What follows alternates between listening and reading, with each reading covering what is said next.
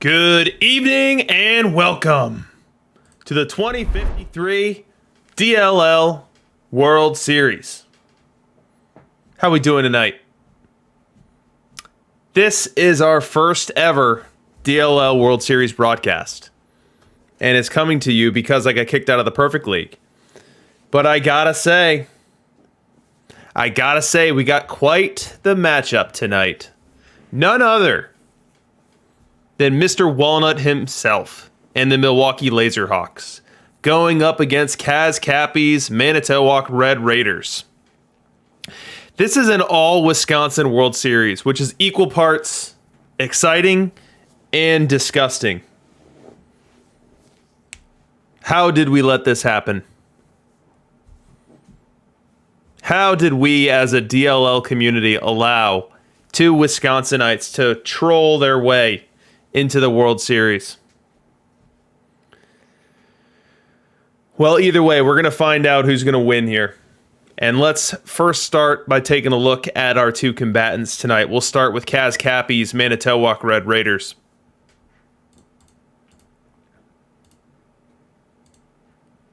All right, so the first thing we like to look at here is run scoring and run prevention. So for Manitowoc, they were 5th in run scoring, 9th in run prevention, which is somewhat surprising, and I'll tell you why in a couple minutes. But a team that scored a lot of runs and a team that was at least above average in terms of preventing the other team from scoring. Their home record was .605 win percentage, road record .543, so pretty balanced there. You get the 48-plus wins that we targeted at home, and you still picked up some games on the road as well, so pretty solid there. He had a hot start and a hot finish. So April, May, he goes 16-10 and 17-10 respectively after a 4-0 March. So was definitely on his way. Had 3 cold months. I shouldn't call them cold, just more neutral. Trading paint. The June, July, August was exactly 500. And then in September, he got back to his winning ways. 16-9, .640 win percentage heading into the postseason. Much better versus right-hand pitching. So versus right-hand pitching, he was right at a 600 team, picked up 70 wins that way. And then versus left, he was more or less a 500 team. So we'll see if that's relevant in this game. Now, the reason that I said that I was surprised at his run prevention was because of this ballpark right here. This ballpark here with completely maxed out averages for both sides, completely maxed out home runs for both sides, and then not a full nerf on the extra base hits for doubles and triples, only bringing it down to .8. I would have expected that his pitchers would have struggled in this park. They'll have base runners all the time because everyone's hitting with an inflated average, and then those base runners will score often on those home runs that are also inflated. But he was able to keep it above water in terms of run prevention here and was able to ride this park to a 5th conference-ranked run scoring mark there. From a player's perspective, here are a couple of things that stuck out to me. So he played Robin Yount every day. You don't see a ton of people doing that. Perhaps that has something to do with his homerism, his unabashed homerism. So Robin Yount, your everyday shortstop. He also played Jackie every day and Cap every day. So Manitowoc opting to minimize the platoons and going with 3 guys that you don't see as often anymore playing every day. So Jackie's at second every day, Cap at first every day.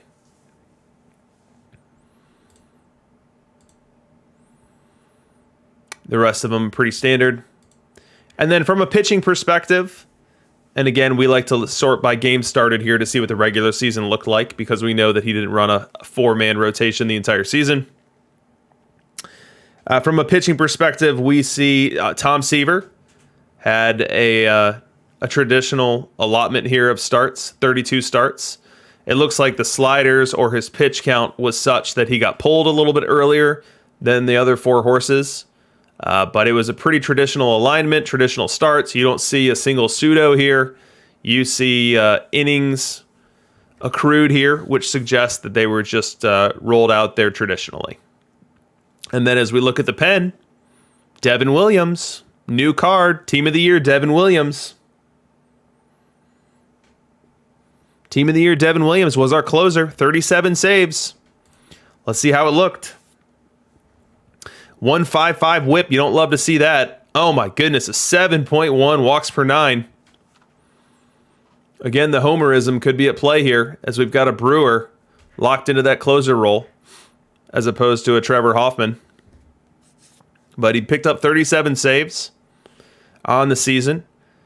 As far as who was leading up to him, you got Hoffman, Price, Fernandez, Feller. So the presence of Feller, Fernandez, Williams, and Satchel Paige tell me that CazCappy's more than comfortable taking some chances on control and taking the benefit of the increased stuff that you get when you make that trade-off. From a historical perspective, and we don't have a sim yet. That would have been a dead sim before we're leading into the game. So we'll get our first game here in 13 minutes. From a historical perspective, CazCappy is a 2-time Perfect League attendee, 2-time Diamond League champion, obviously. I believe both of these Diamond Championships predate his presence in the DLL, but I am not sure. Hey, what's going on, guys, in the chat? Johnny Balls, Euchre, and Kazami. How you guys doing? Lipitor can't recognize me without the stash. We're growing it back. Give me some time.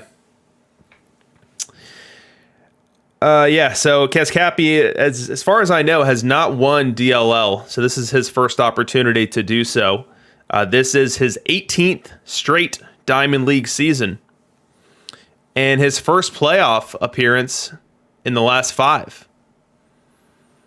Now, I say that, but as you look at the win-losses here, he's never had an under 500 season, which is something that I cannot claim in the DLL. So always consistently competitive, gets into the playoffs and just hasn't found his run of luck to get to the championship.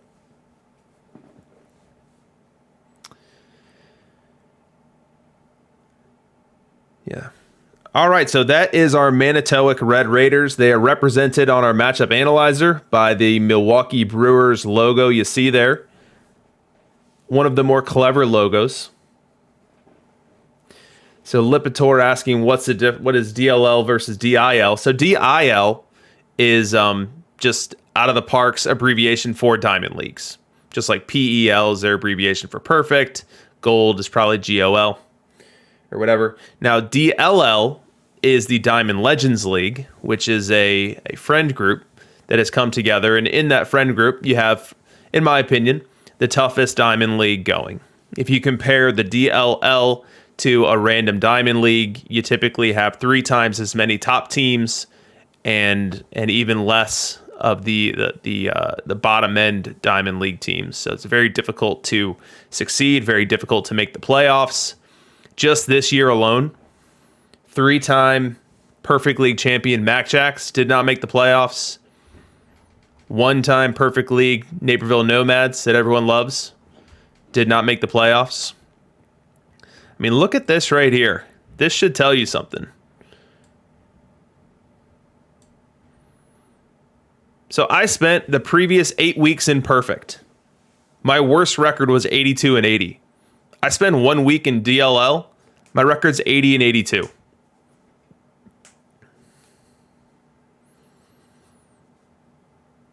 Brutal. It was a rude awakening. I expected to troll back into DLL, waltz my way to the playoffs, and then hope to get hot at the right time and end up in this World Series here. Did not play out that way. I am on the outside looking in.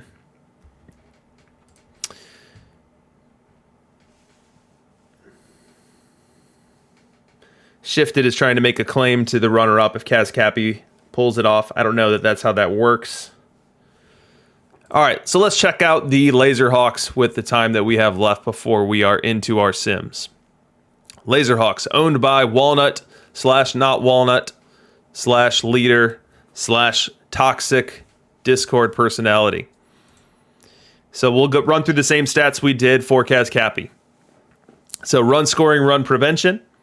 We've got 8th in run scoring in the league for Walnut. Now run prevention was 1st. So only 597 runs allowed. It's a very impressive mark. And with his 748 scored, you've got a run diff right around 150. It's a very strong posted number. 617 win percentage at home. 580 on the road. 580 on the road is very hard to pull off. So that's very notable. Pretty neutral splits between home and road there. He also had 3 17 win months. April, July, August. Banking 17 wins. So definitely a team that got on a roll and stayed hot for stretches during this season. 663 win percentage versus right. So not too dissimilar to CazCappy, where his versus right win percentage is outsized compared to his versus left. We'll see if that's a factor. Walnut announcing in the chat that he's got a new lineup in Freddie Freeman. Team of the year, Freddie Freeman will make an appearance. Gorgo 2005 in the chat. The DLL Slayer. We've seen Gorgo knocking off DLL teams in tournament play. He must be in the chat to taunt. Welcome, Gorgo. All right, so let's look at Milwaukee's ballpark. And just like CazCappy, he's got what I would call as a non-traditional build. Like, you don't see people running what CazCappy has this week, and you don't see people running what Walnut has this week. So he's got a minned out average. He's got a maxed out doubles, inflated triples at 1.1, and then the home runs slightly depressed down to 0.975. Maybe Walnut will explain the spirit behind this configuration in the chat. Maybe he wants to keep it himself. But that's pretty unique there. And you see that minning out average and depressing the home runs overrode the increase in extra base hits and allowed him to slide into that number one run prevention mark in the league. Let's talk players. As we do see Freddie Freeman. Freddie Freeman with no at-bats. He gets picked up and his first game will be in the World Series. So we'll first call out Freddie. Second, we're going to call out Ivan Rodriguez. So Ivan Rodriguez, at least by the posted lineup, is your everyday catcher. So Walnut saying, you know what, Mauer's there, but I'd rather have the defense. I know Ivan's not likely to hit, and that's okay. I want him to throw out base runners, and I want him to help my pitchers steal extra strikes. And so we likely will see Ivan Rodriguez most, if not every game of this series. We also see the super defense middle infield, and by that I mean Ozzie Smith and Pop Lloyd versus right. As we go versus left, we see that Pop Lloyd jumps out. Huey Jennings comes in, but Huey only with 4 games this year for Walnut, so this looks to be a late season or even playoff adjustment. Walnut sharing in the chat that Campy is in and Mauer's out also. So he's going GB heavy pitchers with big defense. All right, let's look at the rotation here.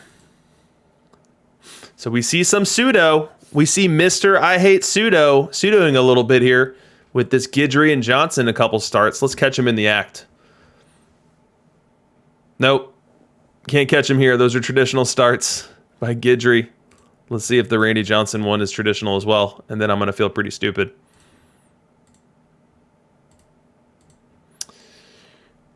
Oh no, busted. No pseudo for Mr. Walnut. He's a man of his word.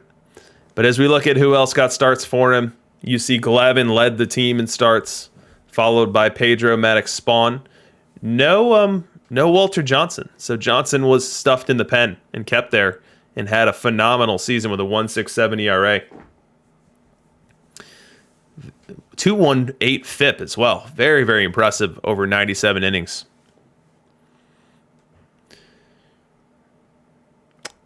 As far as the paths of each team, we see that Walnut had to win the wild card game. Did so against the Blue Farm Bombers. Then went on to sweep number 1 overall seed Sydney Blue Sox here. 102 win team. And then took out Doc, who was my preseason prediction to win the DLL. 4-2 in the sub-league series. as we talk about the Red Raiders. They did not have to play in the wild card round. They took out Shifted 3-1 and then took out MK Sen 4-2. So you could argue that Walnut is more battle tested, given that he had to go through the wild card round, the number 1 overall seed, and then out of the park legend Doc Fury, while the Red Raiders did not have quite the same path. Back to Walnut, from a historical perspective, he has won the DLL twice, but it's been a long time. 14 season drought for Mr. Walnut. He's been making the playoffs most seasons. Some misses here and there, but hasn't been able to put it together. Look at this. Last season, he won 81 games and made the playoffs. Well, this season, he's won 97, and he's looking to head back to perfect for the first time in months. Yeah, API calling out just how bad of a situation we're in here with a couple of Milwaukee-based teams. Or not Milwaukee-based, but Wisconsin-based. It's definitely a mark, a pock upon DLL history that we'll have to come to terms with. So 3 minutes to the sim. Let's hear some predictions. Who's going to win this series? How many games are they going to win it in? And API, while you're here, give us an update on what's going on in the Perfect League. We can actually take a look just as easily right here. So this is the Perfect League series. We see that the Manchego Cheese, operated by Mr. API himself, is up 1-0 in the League Championship Series. And we see that Whale King is facing off against Dade City Kumquats, and they are tied 1-1. So we'll definitely keep an eye on the updates there as well. So Love the Cubs says that Walnut's breaking the drought in 6 games. Walnut's taking his opponent in 5. Bold move, Cotton. Let's see how it plays out. Lipitor is taking Culver's as the winner, and I think we can all agree with that. Although I gotta say, I feel like Culver's is good. Culver's is fine. But the hype that Culver's gets is outsized. I think it's overrated. And I say that not saying that Culver's is bad, just saying that people hold Culver's in this high esteem that I don't think is entirely appropriate. It's fine. It's like local Dairy Queen. It's a Dairy Queen localized to the Midwest. There's nothing wrong with Dairy Queen. There's nothing wrong with Culver's. But when you hear people like, oh my God, I love Culver's. It's incredible. Oh, their burgers or their whatever. It's like, yeah, okay. It's Dairy Queen. You can fawn over it if you want. Doc Fury, let me know how he feels in the chat. Doc, what is so good at Culver's? What do you get? Maybe I'm ordering the wrong thing. Is your commentary a dessert-oriented commentary, or do you legitimately think the food is good?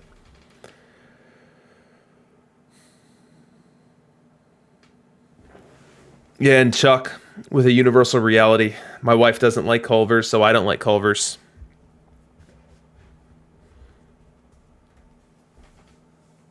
It's kind of like TV shows. You know, you're able to move through the collective TV shows quicker than you can the personal TV shows.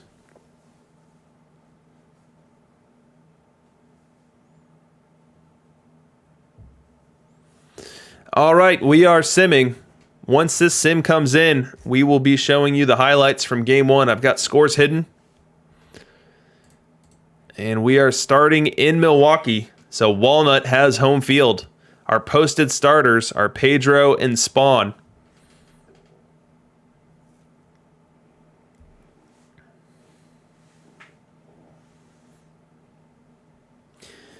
Yeah, Fury, you're not wrong there. From an aesthetics perspective, customer service perspective, I'll give Culver's a slight leg up over McDonald's or Burger King. Even a Dairy Queen.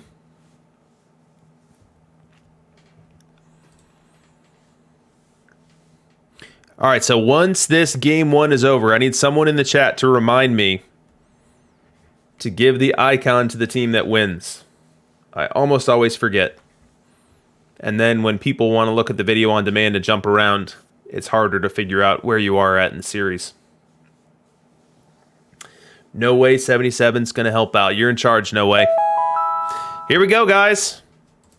It's time to get it on.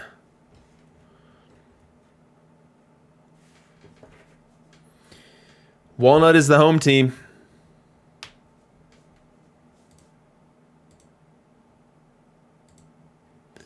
Here we go. All Wisconsin World Series in 2053 for the DLL.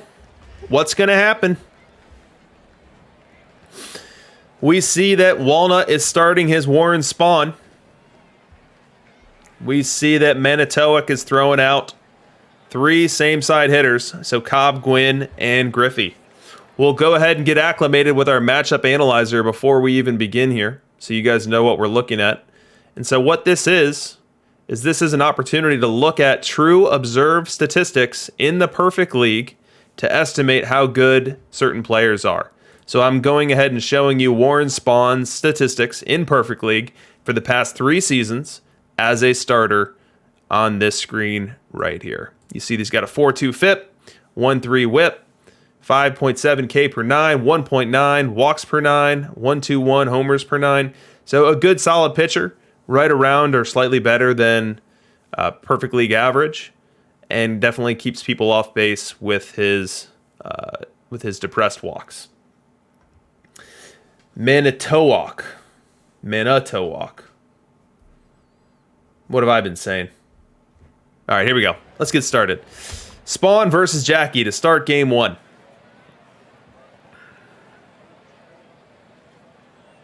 We've got Walnut in the white unis and Manitowoc in the gray. We're going to start off with a ground ball to second. Easy play, cross the diamond, 1 away. Now let's fast forward bottom 2. We've got Walnut with a scoring opportunity here. Freddie Freeman, brand new, out of the box. Still got that new card smell. Freddie Freeman has an opportunity to drive in Tris Speaker, who's on third with 1 away. Let's see what he does in his first ever plate appearance for Walnut. The wind in the pitch, infield in. It's a fly ball to center. Well hit and deep enough, should score the run. Catch is made. Here comes the throw to the plate. He's going to try to score, and he's in there. Walnut takes a 1-0 lead in the bottom of the second of game 2. We move to the top of the 4th. Manitowoc trying to even things up here. Same situation. They've got 1 away and a man on third.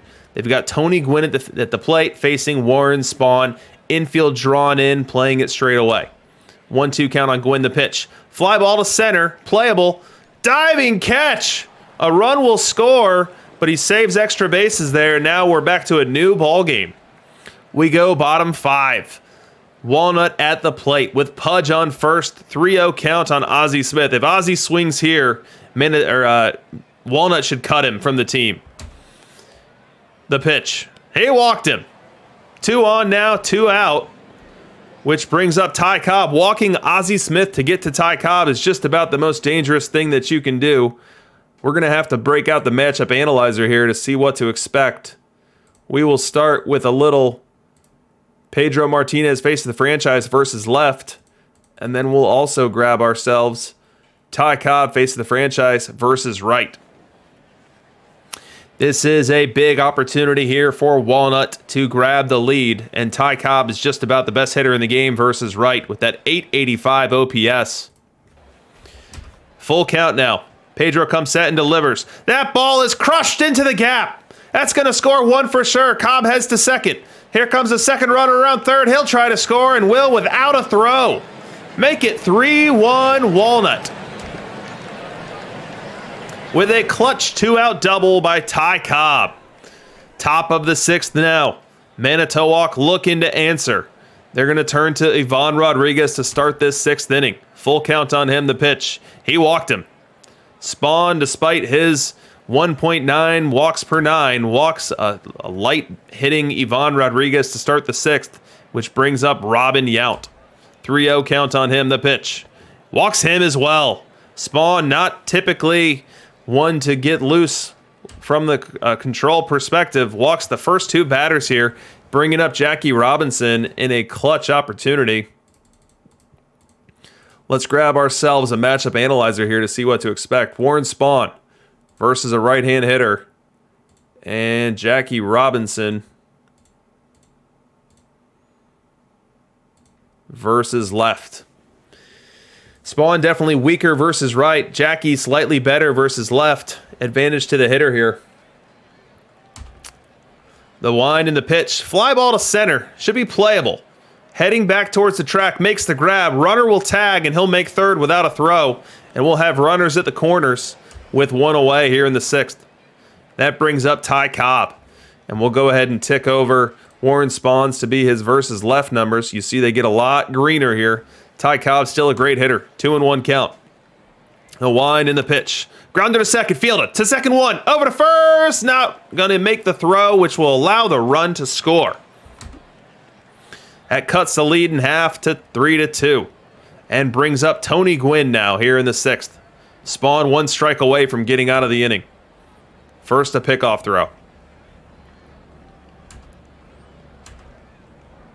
The pitch. That ball hit well to right. Oh, right fielder leaps and misses it. Cobb races around second. He'll head to third. He's going to try to score. The throw goes all the way to third, and it's not in time. Give Gwynn a triple there, but that ball was misplayed by the right fielder, and it's going to tie the game. Right fielder is Ty Cobb for the Milwaukee Laserhawks. Not the best with the glove. And slightly deficient in range to Tris Speaker, who's over in left.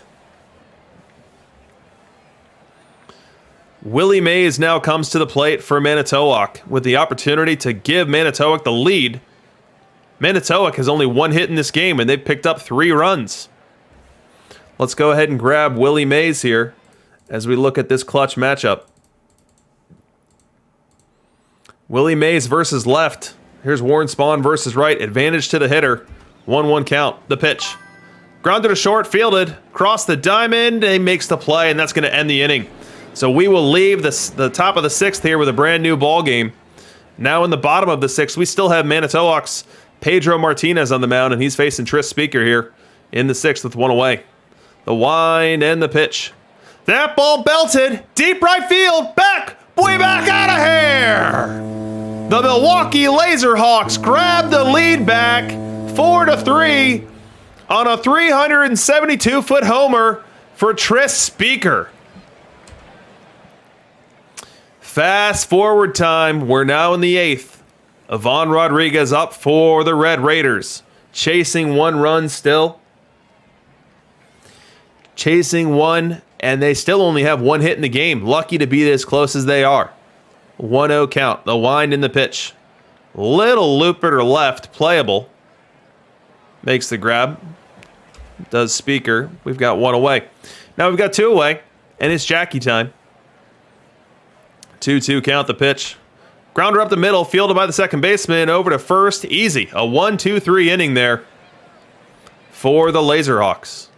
Bottom 8 now. Laserhawks looking for that ever so precious insurance run, and they'll look to do it versus Bob Feller. Let's take a look at my friend Bob Feller.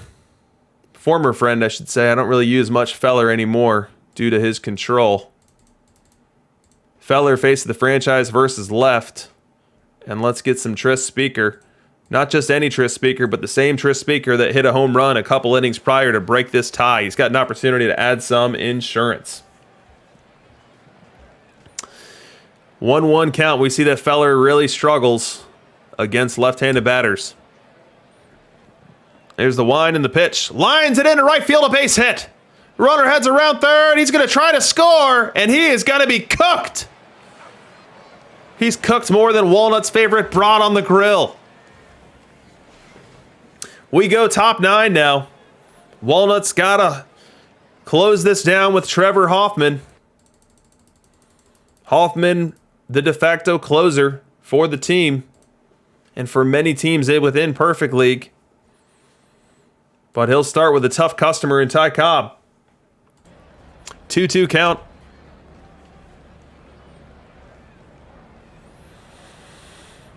Hoffman comes set and delivers. Grounder to second. Easy field, easy throw, easy catch. One up, one down. Keeping Cobb off the bases has to be just what the doctor ordered for the Laserhawks. Up comes Tony Gwynn. Let's not forget that Tony Gwynn was the man who rifled the shot over Ty Cobb's head and right that tied the game in the 6th. Outfield playing deep, trying to cut off the extra base. 2-1 count the pitch. Little looper to right, playable. In comes Cobb and makes the grab. Second time was a charm for him here. Now 1 out away from the Laserhawks taking a 1-0 series lead. He'll have to get through Willie Mays. Mays not quite the hitter that he is versus left versus right. And he's got a full count here. Hoffman winds and delivers. Grounded to short. Fielded by Ozzie. Across. That'll do it. The Milwaukee Laserhawks take a 1-0 series lead with a 4-3 nail-biter. 1-run victory. Let's take a look at the box.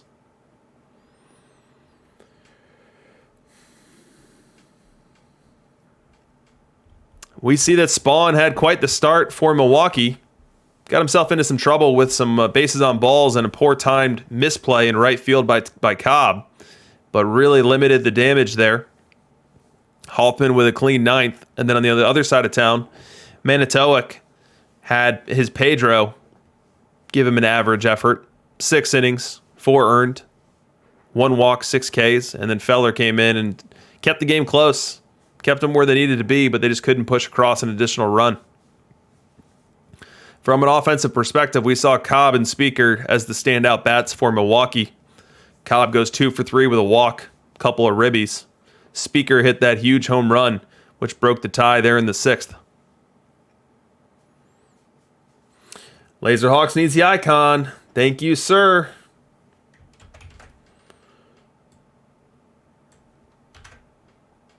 Thank you, sir. Here we go. There goes the icon. And Walnut takes game 1. Icon fits perfectly right there in the G1 slot. So what do we have coming for us in game 2? It appears to be a Spawn Maddox matchup. And again, that's the 100 legend Maddox going up against Manitowoc's Spawn. Manitowoc has to hope they can have a Spawn outing just like the Laserhawks got.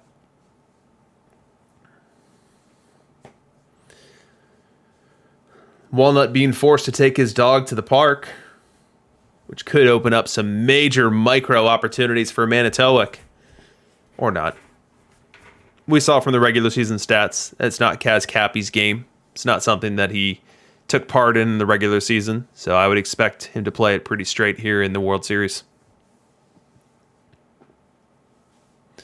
We'll clear out our matchup analyzer as we wait for the first matchup that matters. Well, actually, we'll load up the Greg Maddux just so we can see how he did this year as a starter.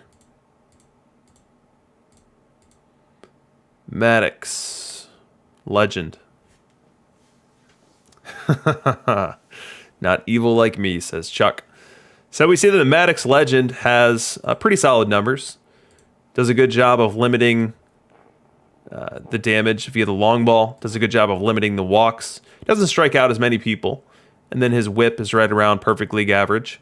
As we compare him to the face of the franchise, if there are people out there wondering if they should make the leap, you see that the face of the franchise is better. The homers per 9 goes under 1. Walks are pretty similar. Strikes out a little bit more. Whips a little bit better. Fips a little bit better. So we'll just do some toggling for you guys there so you can see the effect. You know, is he 600,000 perfect points better?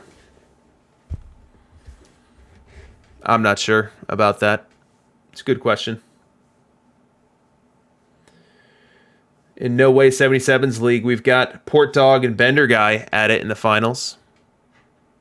Let's use this as an opportunity to check out the Perfect League as well and see how our buddy API is doing. Fellow DLL member. So we see API is the Manchego Cheese, and he is up in his series 2-0, appearing to take the first 2 games on the road. So now heading home, needing 2 of 3 to punch his ticket to the World Series. And we see the Outlaws and the Dade City Kumquats have not had an update since our last look. Still tied 1-1. Should have the sim here in just a moment. And there it is. API in the chat. Good luck, buddy. Euchre and Kazami didn't even make the playoffs. Yeah, welcome to the club. I didn't make the playoffs either. Here we go, guys. Game 2 of the World Series in the Diamond Legends League. We're still in Milwaukee, and we do get Greg Maddux just as we anticipated. We see his split over here on the right as a starter.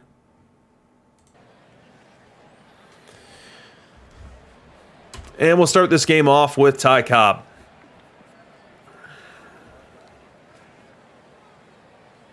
Wind blowing out to left at 20 miles per hour.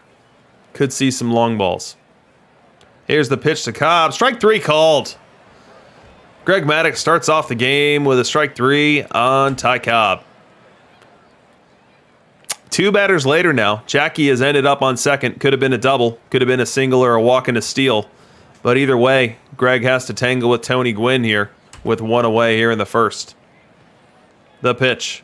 Loops it into right. That ball's down. Jackie around third. He will try to score. Safe. And the Manitowoc Red Raiders take a very early 1-0 lead. Bottom 1. Walnut looking to strike back. He's got Willie Mays at the plate and Hornsby at first as Manitowoc's got the extreme shift on. 2 away in the inning. The pitch. That ball belted. Deep left field. Forget about it. Walnut doesn't just tie the game, he unties it again. Makes it 2-1. Advantage Laserhawks on that 384-foot dinger from Willie Mays. Top 2 now. Manitowoc trying to get right back to work. They'll do it with Ken Griffey Jr. at the plate and Cap Anson on first. I get a lot of questions about Ken Griffey Jr., so I'll go ahead and pop up his matchup analyzer so you guys can see what he does within the Perfect League. Ken Griffey versus right. You see the slugging is the standout positive trait for him. Full count on Griffey. Maddux comes set, delivers it, grounded to second, they get 1. Across the first, double play. Griffey grounds into the twin killing, erasing what was a leadoff runner for the Red Raiders. We go bottom 3 now. Walnut looking to pounce and expand on his lead. He's got Willie Mays back at the plate. We remember that Willie Mays hit a homer in the first, looking to do some more damage here with a runner in scoring position in the third. The wind and the pitch. That ball hit deep to left. Back it goes at the wall, and it's gone again. Second home run of the game for Willie Mays. A pair of 2-run homers. The left fielder went ahead and did the due diligence with a leaping effort at the wall to no avail. Who was out there in left? That was Tony Gwynn, leaping unsuccessfully to try to rob that little fence scraper. Now we go top 8. Manitowoc still searching here. Runs have been very hard to come by for the Red Raiders. And we've got Maddux twirling a gem here late in the game. Maddux to Mauer, the pitch. Loops it to center. That's going to be a leadoff single for Joe Mauer as the Red Raiders look to mount a comeback. Next batter, we've got Ty Cobb.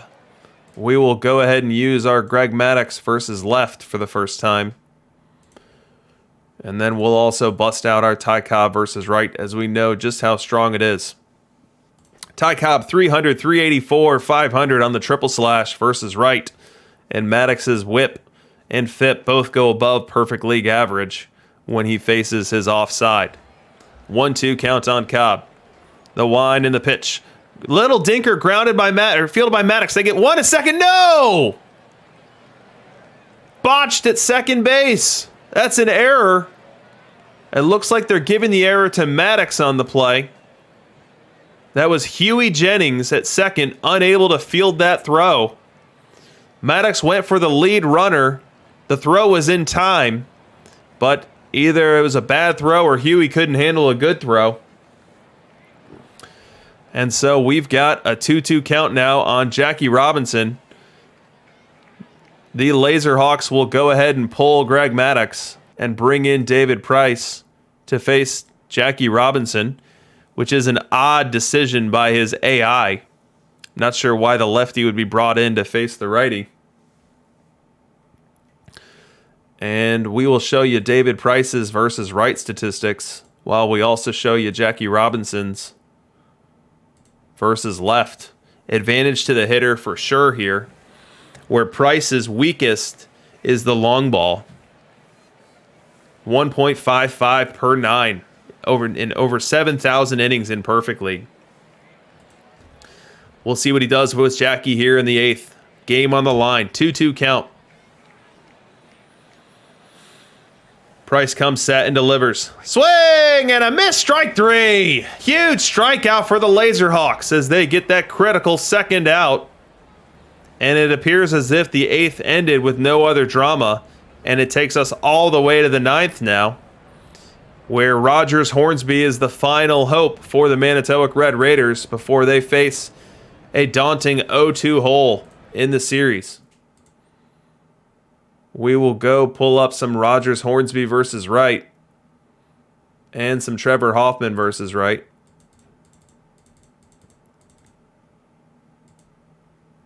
Advantage to the pitcher here. Hornsby, one of the best hitters in the game, but does most of his damage versus left. 1-2 count. The wind in the pitch. Grounded to second. Fielded. Over to first. In time. The Laserhawks win the game. 4-1. Manitowoc has scored 2 runs in 2 games and has to be searching for some answers there. The good news for them is they get to go to a ballpark much more scoring friendly in their own that has maxed out average and maxed out home runs. Chuck with the reminder to put the win on the board as Walnut is halfway to a sweep.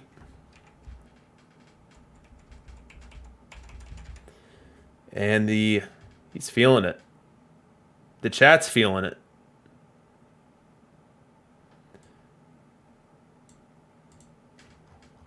Sometimes it's hard to move these little icons around. There we go. Close enough. So let's take a look at the box for the game that was. We see Manitowoc Spawn, not too dissimilar to what his Pedro gave him. An okay outing. His Pedro went 6, gave up 4. His Spawn goes 8, gives up 4. Just not enough when you've got ace-level performances coming out of Milwaukee, both in Game 1 and Game 2. In Game 1, it was his Spawn. In Game 2, it was this 100 Maddox, going 7 1/3, only giving up 4. And really would have been out of that 8th inning if it wasn't for his own error.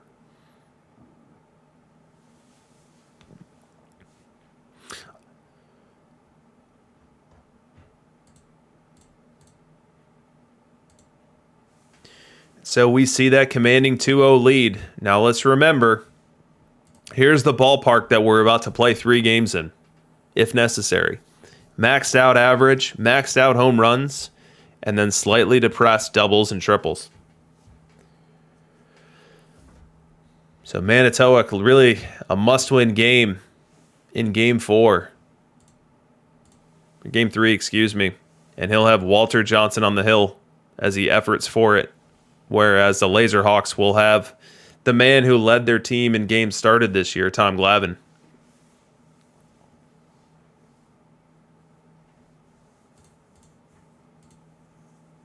So if you're Manitowoc and you see Tommy Glavine coming to town,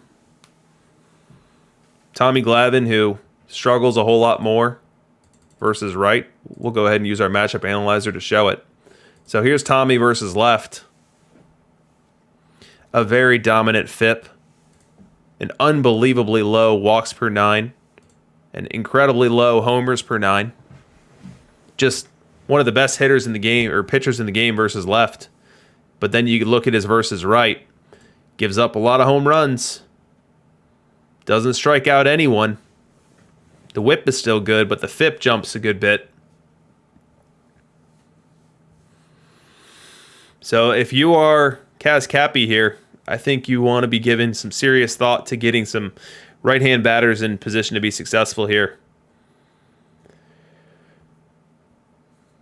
Cobb and Gwynn are great hitters, but I think I would likely opt for Mays to be prioritized over a hitter like Cobb if Tom Glavine is my opposition. Same thing for Hornsby. Same thing for Anson.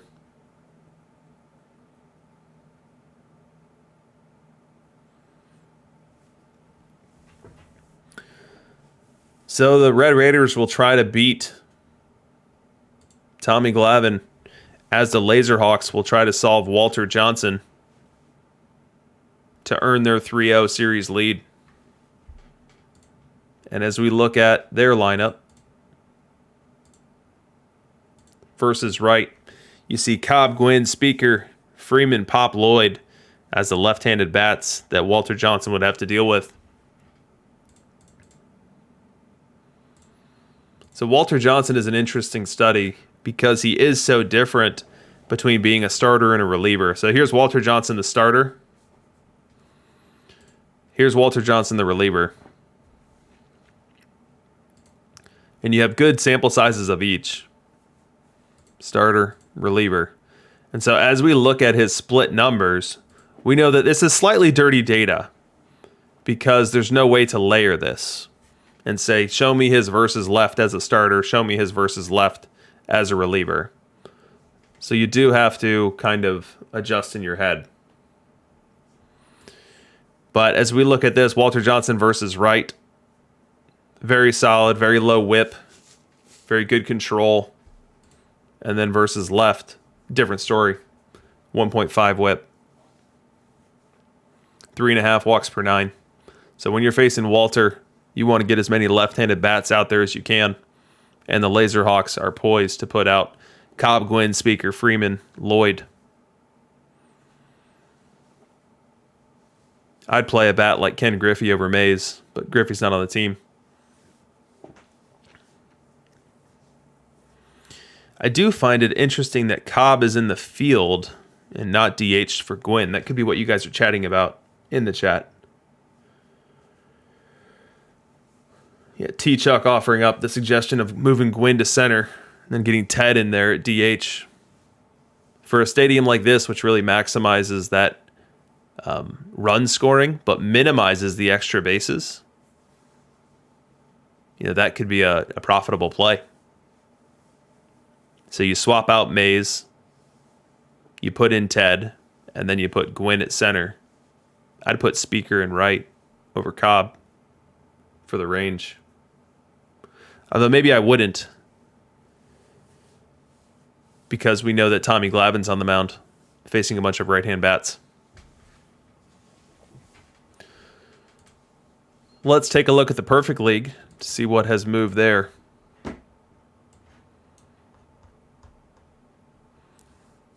So the Dade City Kumquats have taken a 2-1 lead over the Las Vegas Outlaws. No movement in our buddy API's series, as the last sim would have been an off day. In about 15 seconds, we'll likely see the results of Game 3, which will be the first game played at Manchego Cheese Park.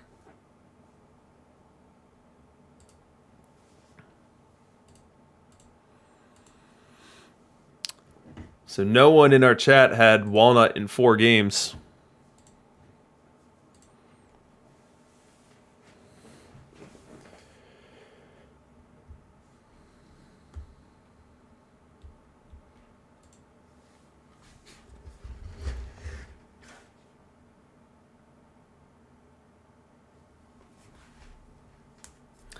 Walnut still at the dog park, giving some good updates from there.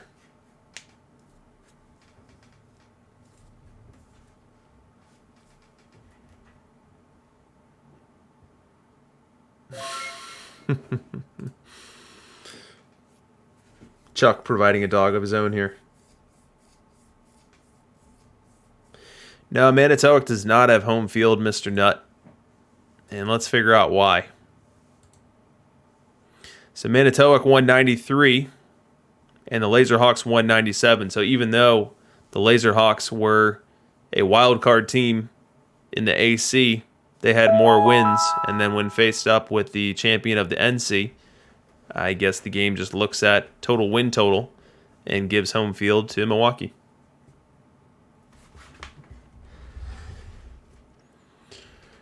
All right, so this sim is in. It was a dead travel day sim for us, but it was not a travel day sim for API. So let's see the result of his game. Earmuffs API if you're watching the highlights so we don't spoil it for you. Looks like we did not get an update here. Oh, there we go. So the Time Lords took game 3. So the home team has not won a game yet in that LCS. And while I say that, we've got Dade City Kumquats taking a 3-1 lead over the Las Vegas Outlaws.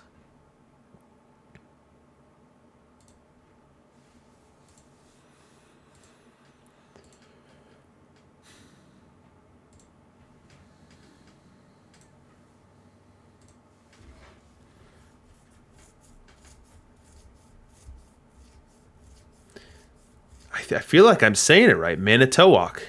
What am I saying? Manitowick? Manitowoc? Manitowoc?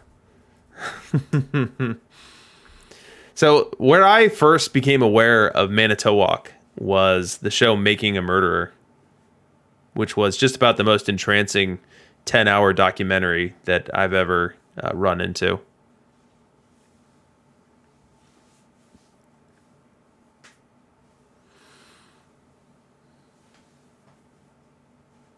Manitowoc. I'm going to just keep saying it until I get it right.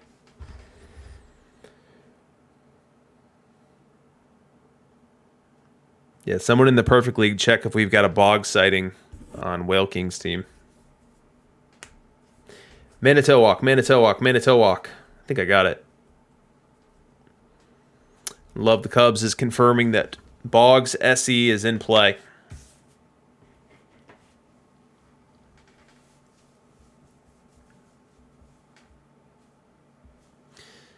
And yeah, you guys check out that Making a Murderer documentary. It was a Netflix show like maybe 5-6 years ago.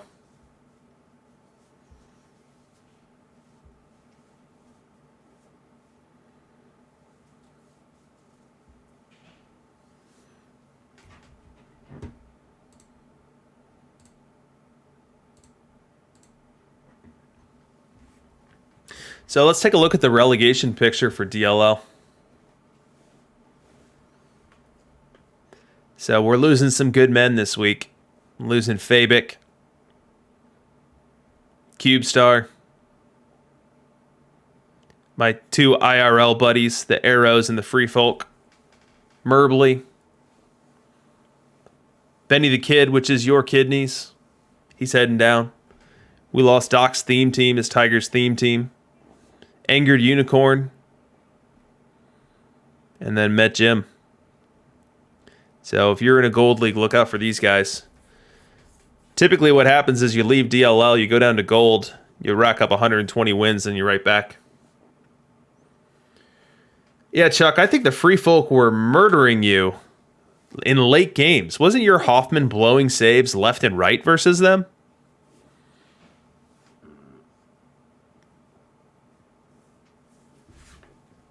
I feel like within the first week of the season, your Hoffman had blown 3 games versus them alone.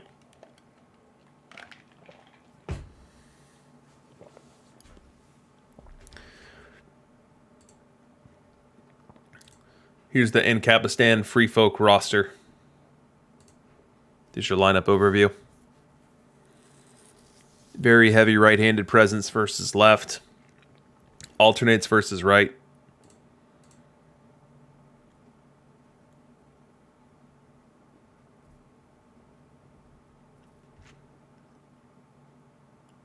So this is what happens when you're in the DLL. You go get relegated, you win a gold championship, you get relegated, you win a gold championship.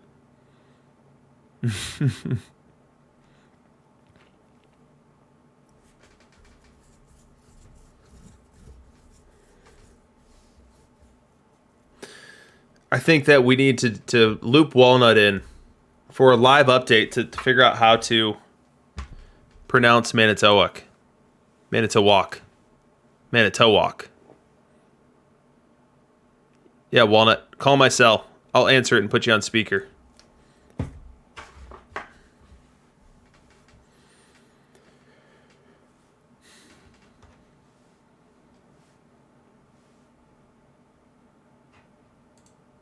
Eight minutes to game 3 sim. While we're doing that, we can look at the disaster that was my team this year. I just could never get it going this year. My best month was 15 and 12. That's not going to get it done, especially when you're hiding a 9 and 16 and a 10 and 15 in there.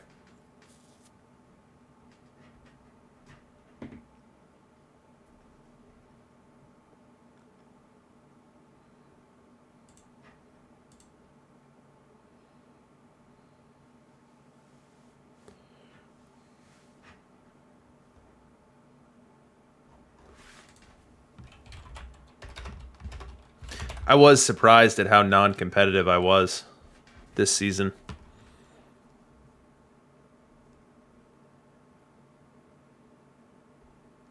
But I'll be completely honest, I was definitely feeling a bit of the sim-to-sim burnout from all my time in the Perfect League. So I'm not too torn up about not having a Sunday to root on. Hey, Walnut, are you there? Hi, Walnut is here, live from the dog park. So, for the crowd here, and hopefully people can hear you, tell us how to pronounce CazCappy's city. It is Manitowoc. Manitowoc. There you go. Manitowoc. All right, I got it. Are you going to win this World Series? No, because I thought he had home field advantage, so I set all my ground ball pitchers to pitch the games 3, 4, and 5, and I can't have Andy Pettit pitching his field, so I had to switch that around real quick. I very much think that I might be up 2-0, but I will be losing this 4-2. A lot of faith being delivered here by fearless leader Walnut. Up 2-0. I am. I will be back soon when I'm done with the dog park, so I'm watching from here, so good luck to me. All right, stay socially distanced now. I shall. See you, buddy. All right, see you. Bye. Bye-bye. There you have it. Walnut himself up 2-0, and Wolf crying about how he's going to blow his lead.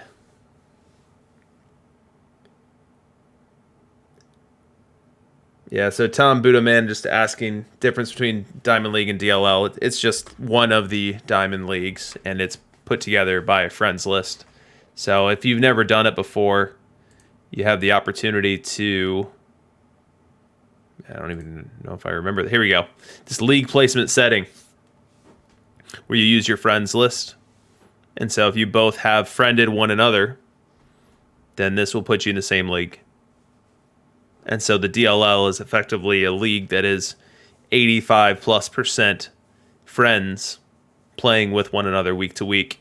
Now every week we lose some to gold, we lose one to Perfect League, and then sometimes there's people coming from Perfect League down to DLL, and same thing from gold. So it's not the same people every week, given the promotion relegation mechanic, but you more or less are playing with the same dudes week to week, with some randos trickled in.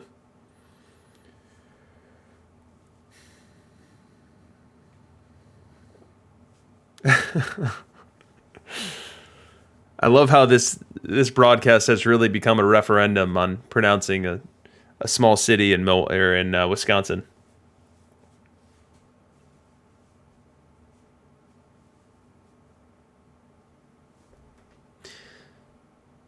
Do we have anybody still alive in their Diamond League in the chat?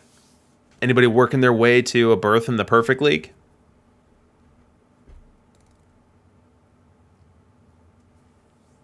Normally when I'm doing the Perfect League broadcast, the Diamond Leagues are already done at this point, so we can have a roll call of those that have made it. Jay Modenhall, 2-2 right now in League 371. Let's take a look at that one.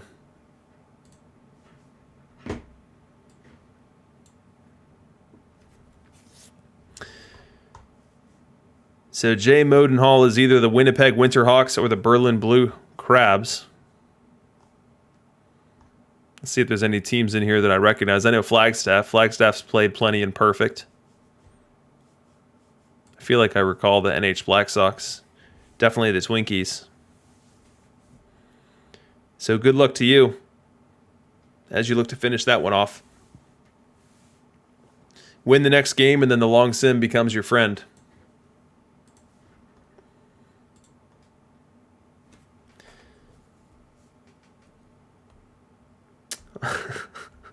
Walnut expressing his supremacy for his hawk.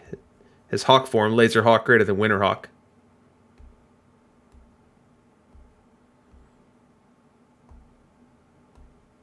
Hey, what's going on, Gen Xer? Welcome in.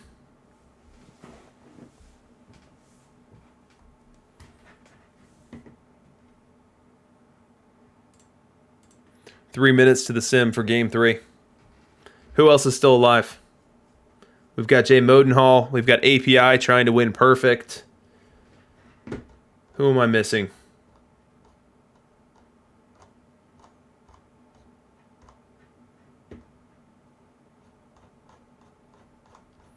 We've got one of these bum Wisconsin teams going to take home the DLL title and head off to Perfect.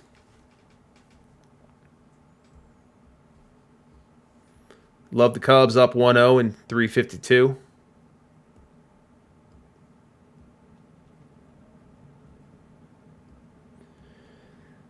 Yep, Lobat appropriately calling out many of the Out of the Park streams for mispronouncing names, cities, etc. I'm as guilty as anyone. I think I said Gary Lavelli when we dropped those cards on that This Week in Perfect team.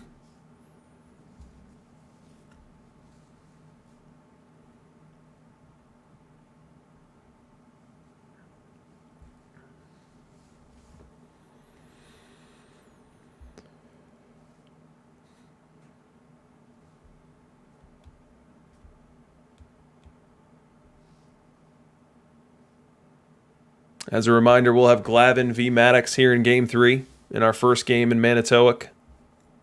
The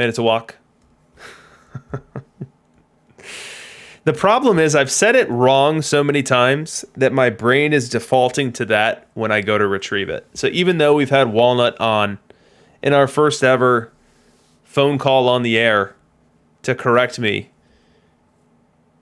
it's hard to teach an old dog new tricks.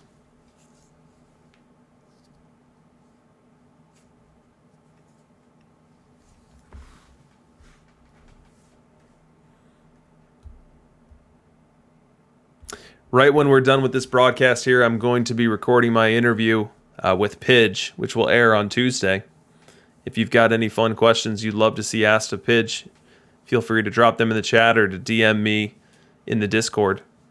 Should be a good interview, and I'm very excited to hear what he has to say about how he plays this game, how he plays the auction house. I think he had another very successful week in the Perfect League in the regular season. It didn't quite translate into success in the playoffs.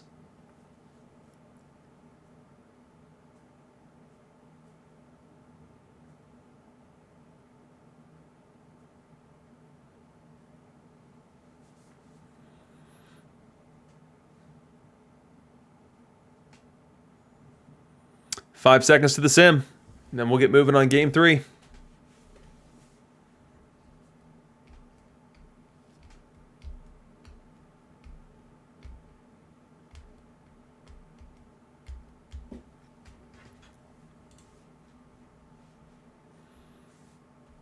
This will also be another sim in the Perfect League as well. So we'll see if API goes up 3-1 or if the Time Lords even that series 2-2.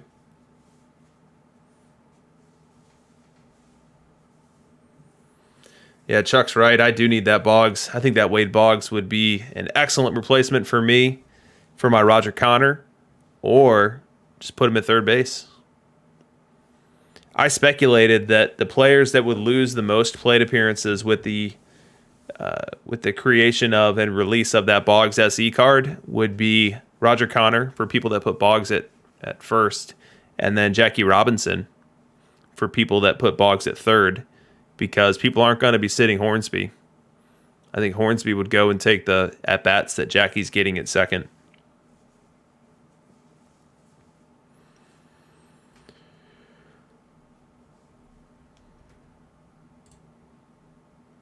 Unfortunately, I need both the 99 and the 91 Boggs, so I'm not just a 99 away. I've thought about doing a massive rip session. I've got 1.7 million perfect points. I've thought about just throwing them all at packs.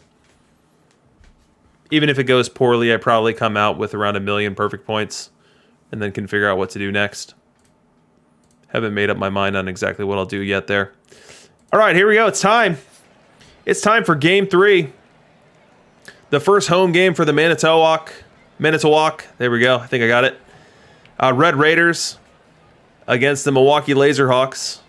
And we are going to go with the 100 Maddox as expected for the Red Raiders. He's going to start off with Ty Cobb. As we are playing within the Brewers Stadium, as you see the slide out in left field. Miller Park. We're going to start the game with a lazy fly ball to center. Easy grab, one away. Thanks, Extreme. I think you're entertaining too. We go bottom one. Red Raiders a chance to get on the board here. They've actually been pretty successful at scoring early in these games. They just haven't been able to add from there. And we're going to start with Tommy Glavine for the Laserhawks against Tony Gwynn with a man on second and one away. 0-1 count the pitch. Deep fly ball left field. Gwynn got into that one. Oppo taco time. Grab the guac, get the sour cream. Tony Gwynn's made it a 2-0 game here in the first. It's still 2-0, and we have fast-forwarded all the way to the top of the seventh. And we've got our buddy Greg Maddux, 100 Greg Maddux, facing off against Tris Speaker. We've already seen Tris make some noise in this series. As I load up our matchup analyzer for you guys. The Milwaukee Laserhawks Tris had that home run that untied game one and made it a 4-3 victory. Hey, thanks for the love, guys. Walnut, Chuck, Luke. Really appreciate the support, guys. And now we'll see if the Laserhawks Tris has something else up his sleeve here in the top of the seventh as the Laserhawks are trailing by 2. 1-0 count the pitch. Crushes that one. It's going to split the gap. He'll head to second. And we'll start off the seventh with a sliding double. Leadoff man on for the Laserhawks. That's not going to chase Maddux quite yet, as he'll face Willie Mays. We quickly load our matchup analyzer. Mays better versus left, but can still do some damage versus right, especially in a ballpark like this, which is going to give his average and his slugging a boost. 0-1 counts on him. The wind and the pitch. Little dinker, fielded at third, across to first, not in time! Infield single for Willie Mays. Rogers Hornsby, icy cold. No, that was Ernie Banks that was unable to make that play. Yeah, Ernie Banks. What am I looking at here? Where is Ernie? I see Hornsby and Hornsby. Why is Banks over here at third? What am I missing? So here's the Manitowoc Red Raiders. Here's their defensive alignment.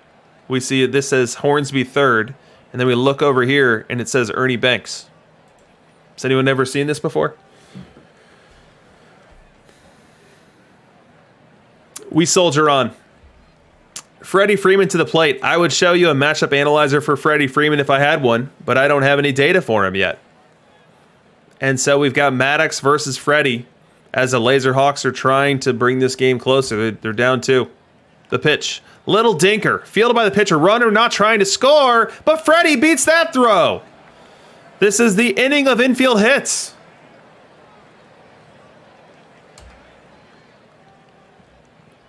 Now they're loaded. The Laserhawks are knocking on the door with the bases loaded and Ivan Rodriguez at the plate. Ivan is not known for his bat. for good reason. Versus right-hand pitching, he's a 210, 248, 351 triple slash. A negative 35 bat value and an OPS that doesn't dent 600. But he's got an opportunity here to change the complexion of this game. The infield is in for Manitowoc, which is slightly surprising, given that I'd trade, if I was on defense here, I'd trade a double play for a run 10 times out of 10. 2-1 count on Yvonne, the pitch. To short, down to the plate, they get one. Oh, and a first! Not in time. So they do cut down the lead runner at the plate, not able to complete the double play at first on Yvonne Rodriguez. And so now one away, we'll roll it back for Ted Williams. Let's load up some Ted Williams. I don't see a ton of him in my broadcast. Let's see what this looks like. So Ted Williams, face of the franchise, versus Greg Maddux legend, VL.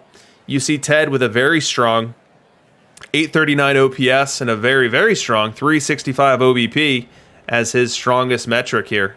Very positive bat value. One away. Maddux comes set the pitch. That ball's crushed to right. In comes right fielder, makes a diving grab. Runner will not even try to score.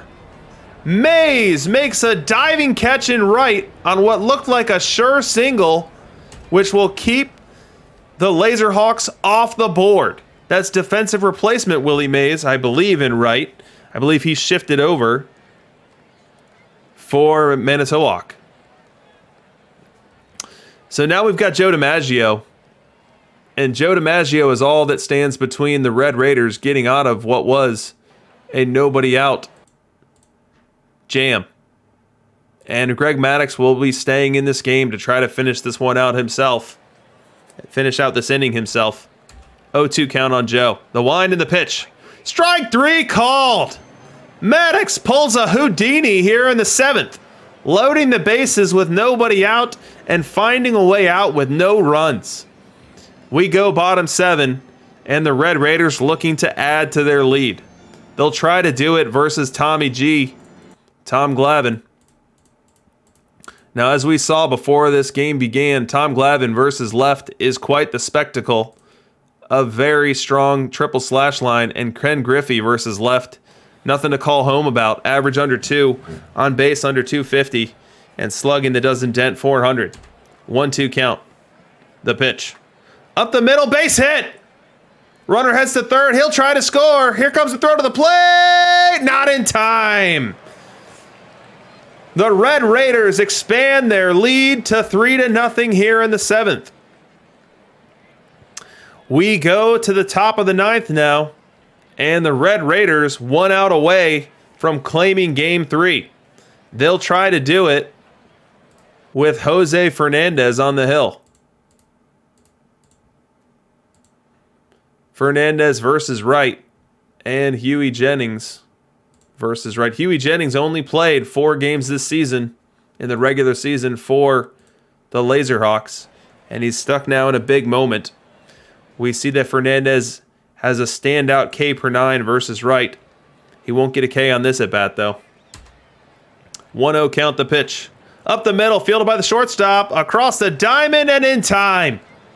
The Red Raiders grab Game 3 and pull the series tighter to a 2-1 Laserhawks advantage in this 5-1 victory. The narrative of this game was base runners upon base runners, but none of them could score. As you look at 19 runners left on base by the Laserhawks. No way on the reminder. Thank you, sir. We'll go ahead and give the Red Raiders Game 3.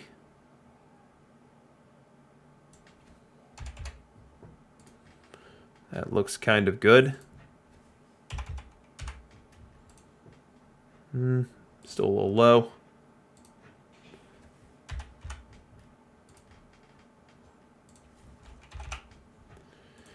So we are now 2-1. We've got a series on our hands, folks. And again, the Laserhawks just couldn't punch it in. That 7th inning, or was it the 8th inning? Whichever inning where they loaded the bases with nobody out and did so on the backs of 2 infield hits and were unable to capitalize really told the story of the game. From a pitching perspective, Maddox was able to spread 10 hits over 8 2/3 innings, logging 114 pitches, and Fernandez came in for the one deciding hitter. Tommy Glavine was not a good fit for this ballpark, as Walnut feared.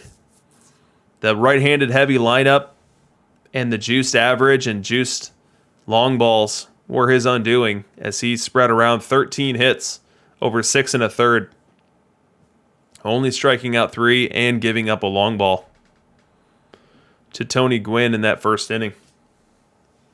As Chuck points out in the chat, we're 3 games in, and we've got 3 home wins. A wise man once said, a series doesn't start until the home team loses, and we haven't seen that happen yet. As we get prepared for Game 4, we are expecting the Laserhawks' Pedro Martinez, who's had a rough postseason to date with a 9.22 ERA, to face off against the Red Raiders' Walter Johnson. While we catch our breath on that, let's take a peek at our Perfect League playoff standings. And in doing so, we see that Manchego Cheese DLL API is up in that series 3-1. And we also see that the Outlaws took Game 5 to cut into the 3-1 series lead that the Dade City Kumquats held. And that's now a 3-2 series. And I believe that also means that the next 2 games are going to be played in Vegas. So the Kumquats had an opportunity to close that out at home, and now we'll have to do so on the road.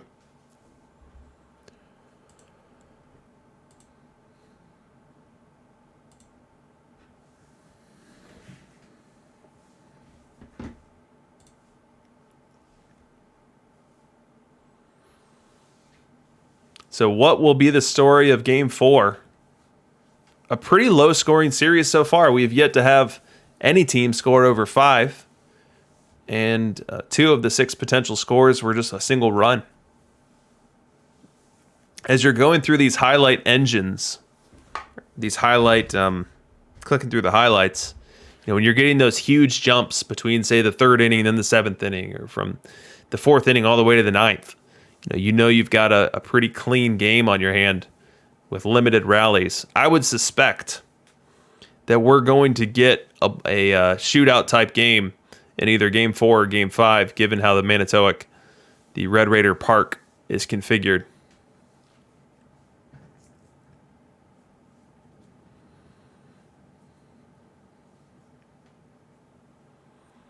But we shall see. Walter Johnson and Pedro both have their blow-ups. As we look at the game log for the Red Raiders, we see that last time out, Walter Johnson was very good. 6 2/3 innings, only giving up 1. But the 2 prior outings were both 5 earned runs, including 5 home runs spread between those 2 starts.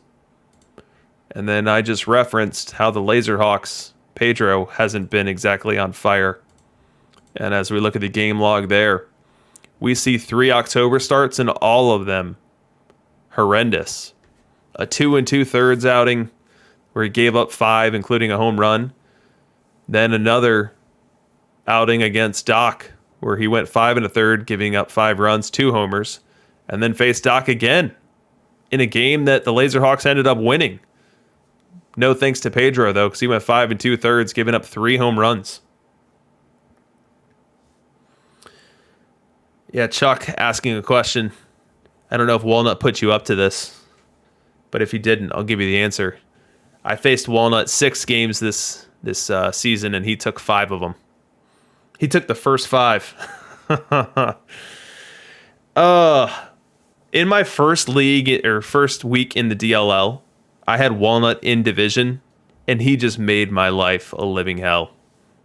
How many games do you play against your in division teams? Is it 19, 18? Whatever it is, Walnut took every game but 1. And I think I missed the playoffs by, 2 or 3 games. So a semi-respectable showing in those head-to-head games would have resulted in a playoff berth. Brutal, brutal, brutal. All right, Sim's coming in for game 4. I can't wait to see what happens in this Pedro v. Walter matchup in this ballpark. I think we're going to see some runs scored, and I think we're going to see some home runs. Maybe, just maybe, we'll break out the fireworks. Oh, someone's letting them off right now. There we go. We killed those real quick. Oops. I'm showing highlights between my last regular season game between my team and Doc's Tigers team. We'll get out of that. Although I love the ballpark here.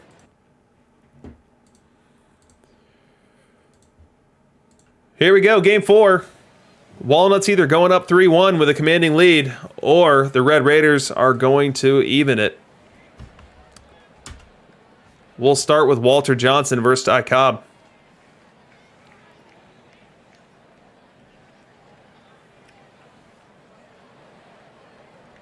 The wind and the pitch. Grounder to second.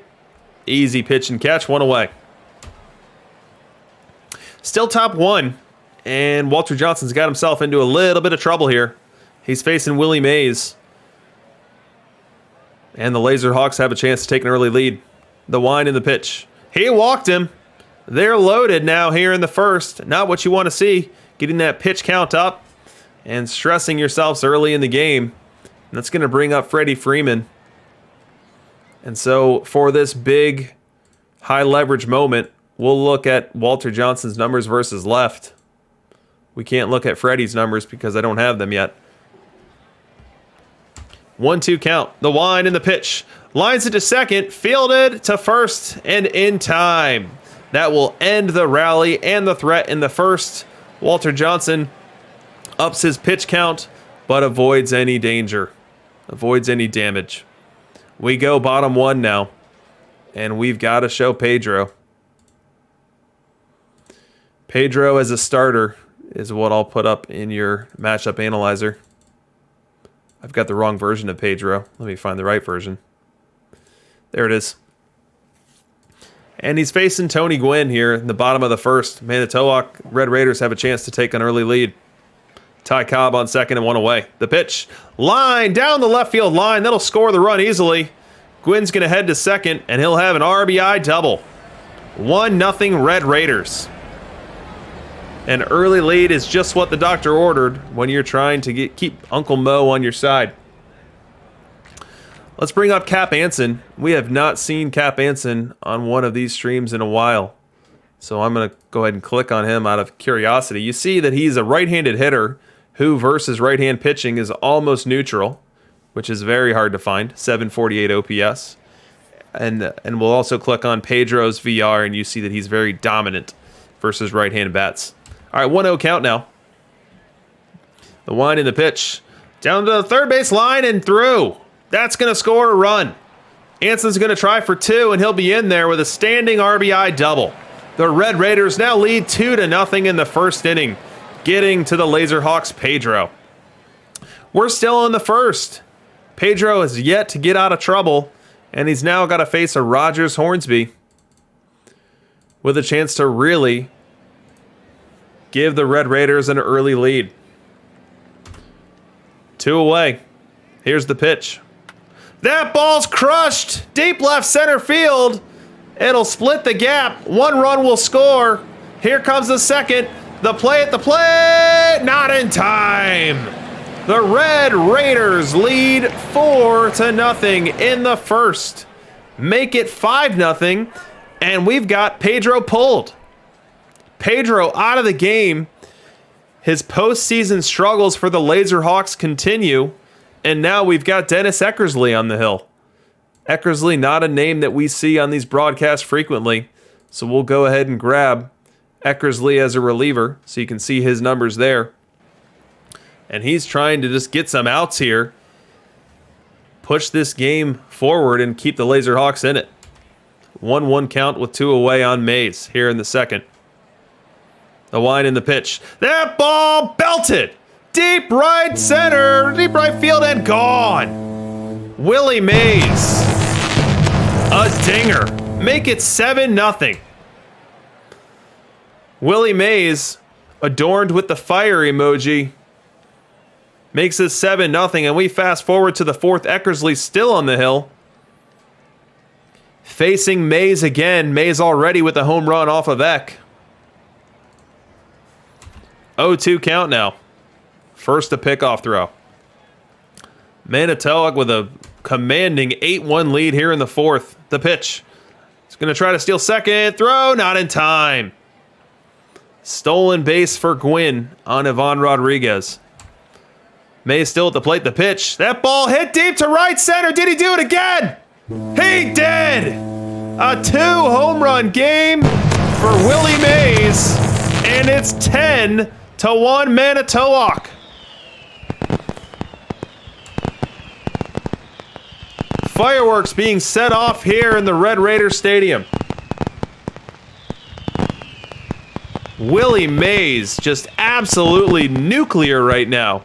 We go top 7. The Red Raiders have extended it to a 10-run lead. And the Red Raiders have Seaver on, just trying to shut this one down. Facing Ty Cobb here in the 7th. The wind and the pitch. That ball crushed deep right center. Forget about it. The Laserhawks cut into the 10-run lead ever so slightly, making it a 9-run lead on their 4th hit of the game. All the way to the 9th now. The Red Raiders 1 out away from evening this series at 2 games apiece. And they'll have to get through Ty Cobb to do it. Seaver's still in the game. It appears as though the Red Raiders are just letting Seaver eat these innings to keep everyone else fresh for the rest of the series. Some low leverage innings here for Tom Seaver as we see his numbers as a reliever.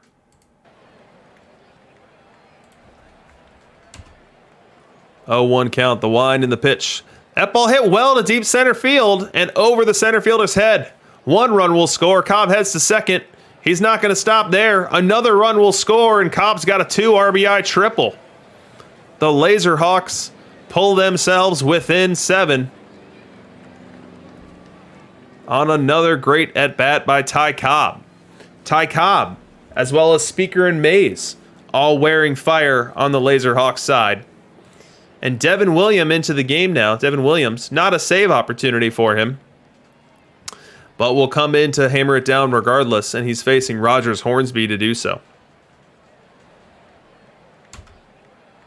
0-1 count, the pitch. That ball crushed deep left field. Still not over. It's gone. 3-run homer for Rogers Hornsby, making this a 12-8 game. The next batter is Tris Speaker. Rally on 2 is no joke. Speaker's got to keep it going here in the 9th. The wind and the pitch. Grounder to second. Fielded. Over to first in time. 7-run 9th inning rally. All for naught. As the Red Raiders tie the series 2-2.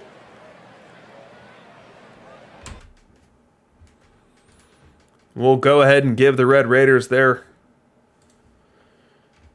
second win. We've got a real series on our hands now. Perhaps Walnut wasn't wolf crying. Perhaps he knew what was about to hit him. It was a 5-run rally, not a 7th-run rally. 7-run rally in the 9th. And really the story of this game was Pedro. More than anything else, Pedro's inability to not just log innings, to just get outs. To do anything other than light the whole thing on fire, which is what he did. He retired 5 guys, gave up 7 hits, 6 runs. Eckersley came in, in that spot, coming in the second inning, and you're already down a ton. I don't know what Eck's supposed to do. He didn't really help, though. Guidry comes in behind him, continues to pour a little gasoline on the fire. And over on the Red Raiders side, you had Walter Johnson pitch a great game.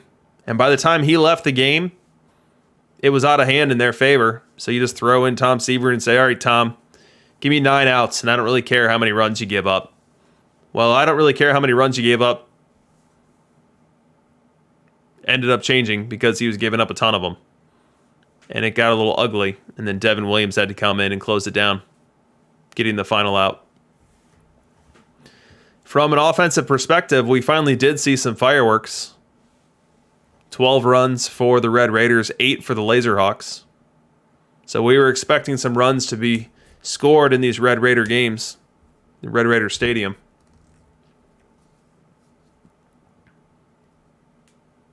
And that's exactly what we got.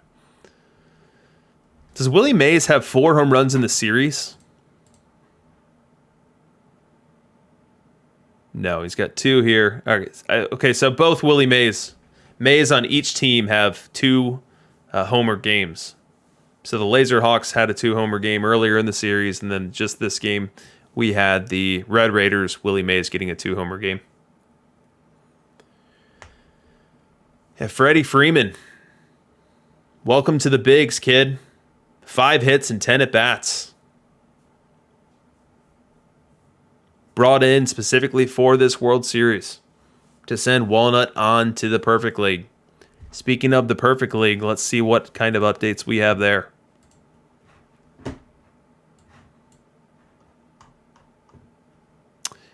We've got, it's official, folks, the Manchego Cheese, DLL, everyone's friend API, will be heading to the World Series.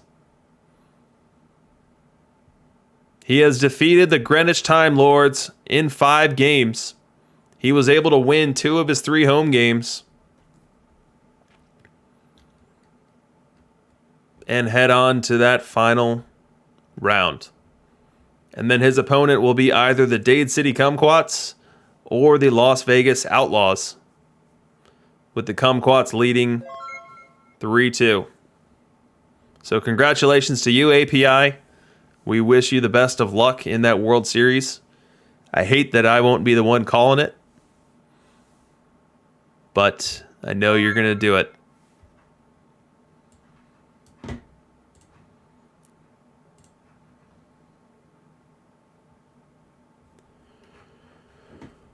So what do we have coming for us here in game number 5? We've got the Laserhawks Spawn facing off against the Red Raiders Pedro. Now, how angry is Walnut going to be when the Red Raiders Pedro spins a gem? And thanks for the support, Chuck and Extreme. You guys rock.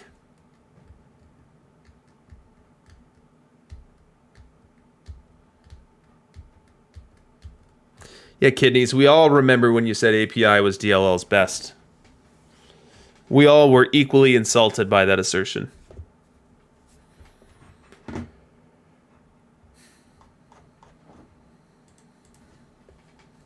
Now, API is a great manager. The thing about API is I feel like everyone talks to API.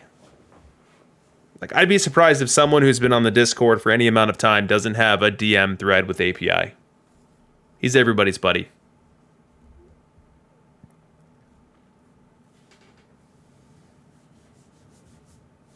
Pay attention, Walnut. We already covered that. Chuck took me down that path unwillingly. 10 seconds to the sim in Game 5. As long as I've been doing these broadcasts, the winner of Game 5 wins just about every series in this situation. I think the one exception was either last week or the week before. But these pivotal Game 5s really go a long way in terms of deciding the outcomes of the series.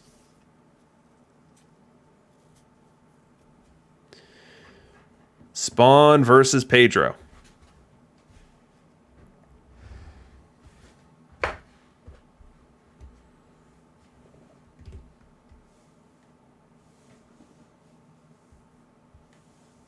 In Game 6, as we look ahead, it looks like it's going to be Spawn Pettit. And then if we get to a 7, it would be a Maddox v. Maddox battle for all the marbles.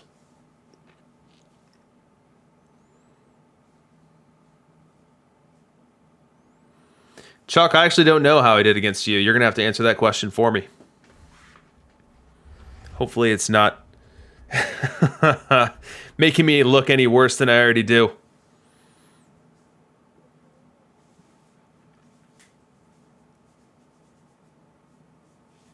Yeah, I feel like he knows the answer too. I feel like this is a setup. I thought it was a setup when he asked me how I did against you.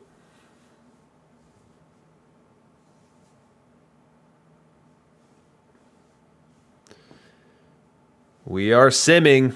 We should have game 5 in a moment's notice. And there it is. Nothing more exciting than seeing that download now button prompt up on your screen and tell you that you've got a fresh box score to go through. Or in this case, a fresh set of highlights.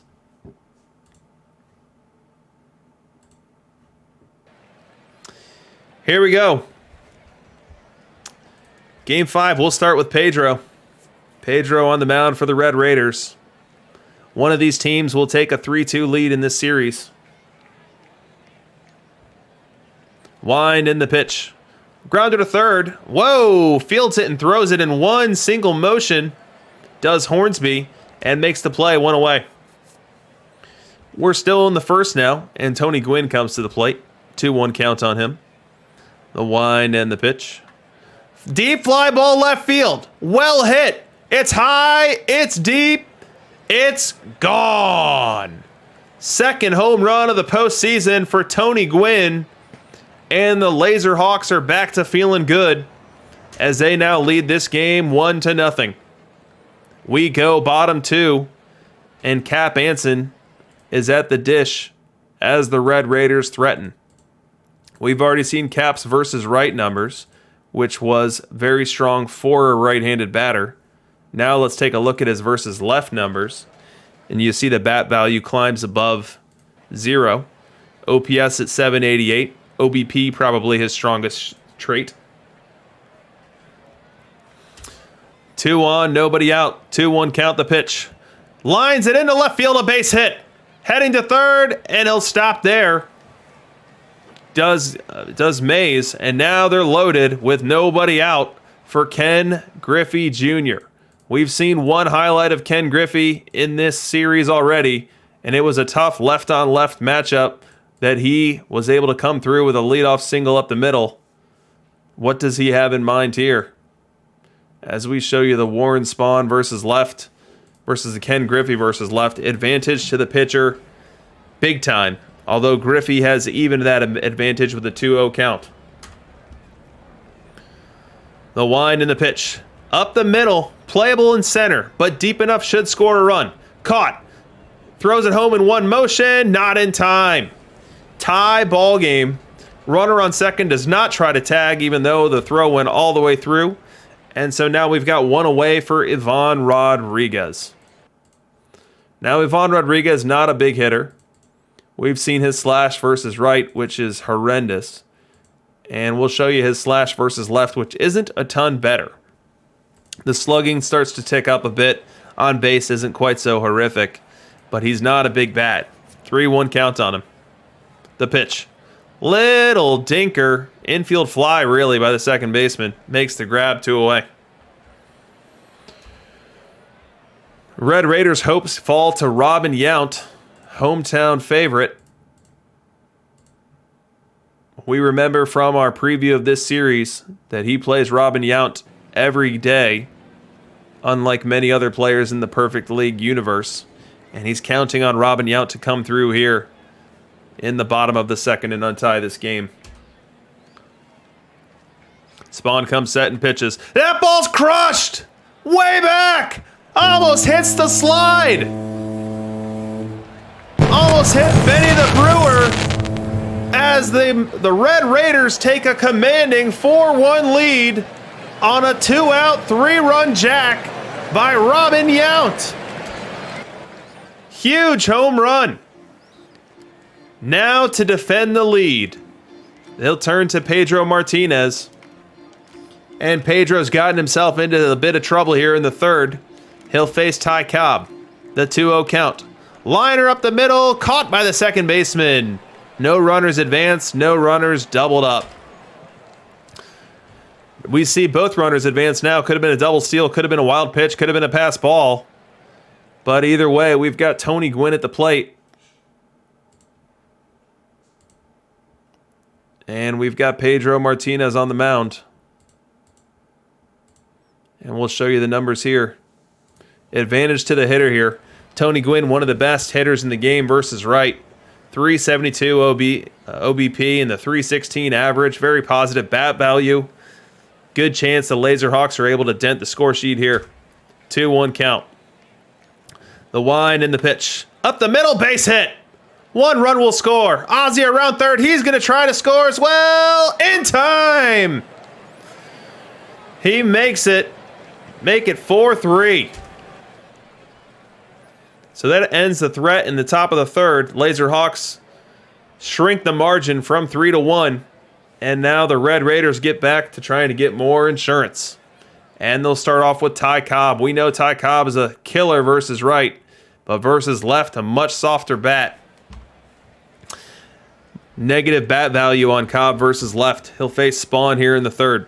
The wind and the pitch. That ball crushed! Deep right field!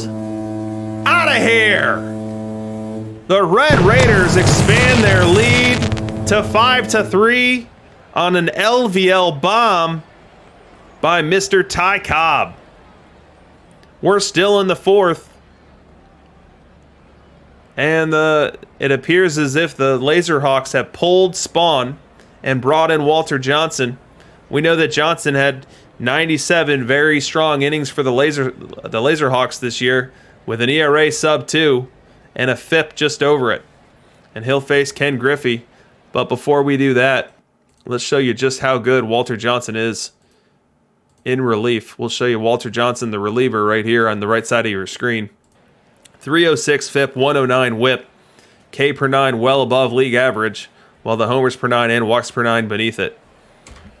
He faces Ken Griffey here in the fourth. The pitch. That ball's crushed. Deep left. Will it go? It will. Despite a leaping effort by the left fielder, the Red Raiders have played long ball again. Ken Griffey extends the lead to 6-3. We're still in the fourth. Red Raiders still adding to their lead. And Robin Yount, who's already homered in this game, comes to the plate. He's wearing what we like to call fire. And he'll look to extend the 6-3 lead. 1-2 count on him, the pitch. Robin Yount gets into another one. Forget about it. It's home run derby. Make it 8-3. Another 2-homer game in the series. Rockin' Robin is right. It's 9-4 now. Laserhawks just unable to get anyone out right now. And they'll bring in David Price with the hopes of calming this down. Let's take a look at what David Price looks like out of the pen. Price as a reliever. You see below league average FIP, good whip, solid K9. Walks are always a problem with him. And he'll start with Rogers Hornsby. Red Raiders flying high right now.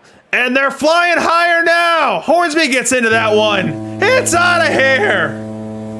The Red Raiders are murdering the Laserhawks pitching. Make it 10-4 on that 369-foot bomb. We jump to the bottom of the seventh, and all of a sudden it's 12-4. And we've got Upper Deckersley on the mound trying to keep this game respectable.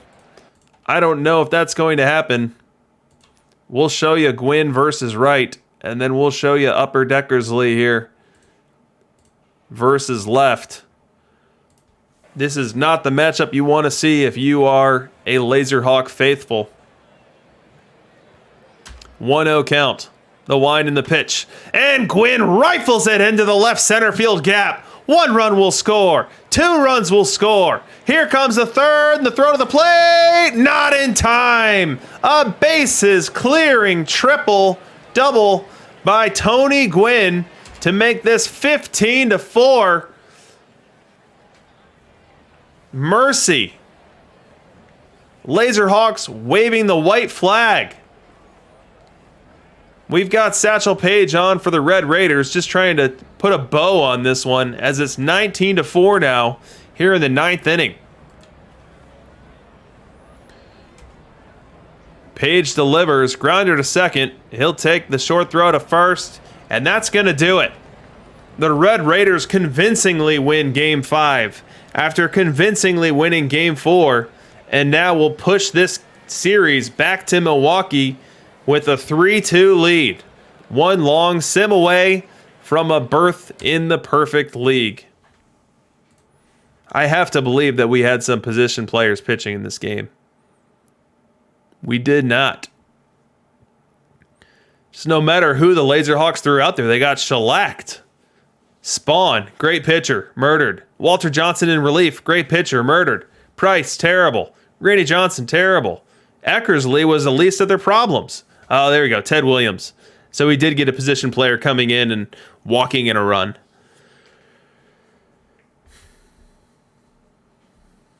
Thank you, No Way 77. Appreciate it.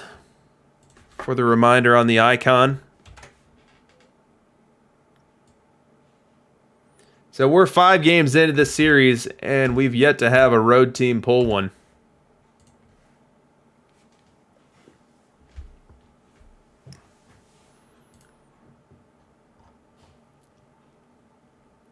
$19-4.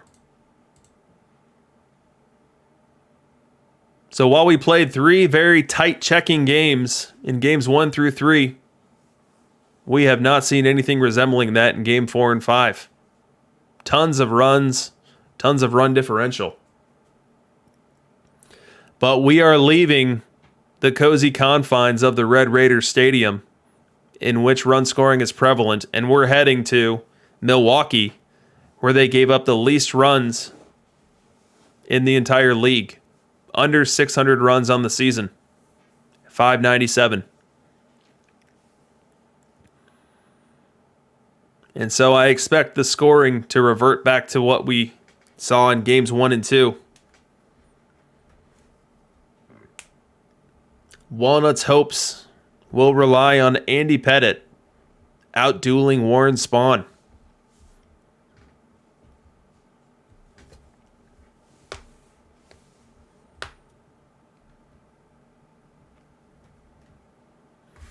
We'll give CazCappy some fireworks. He earned them.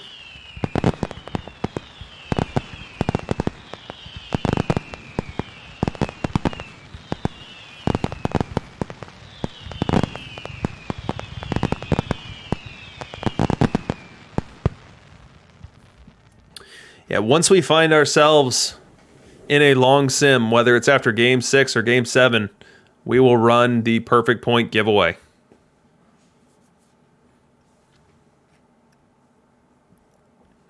What the perfect point giveaway is it's 3 people winning 10,000 perfect points each.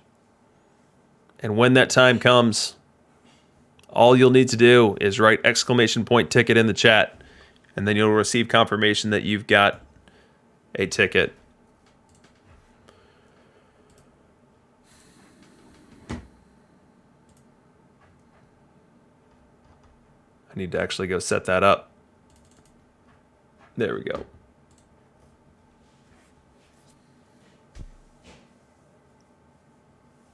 $10 packs, Chuck. You're right. 10,000 perfect points is 10 packs.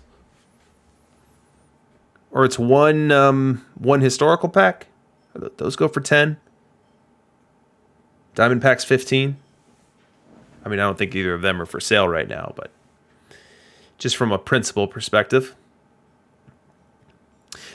So that last game really started getting out of hand when the Red Raiders, Robin Yount, decided to play long ball. And look at the series that he's having here. 400, 526, 867 on the triple slash.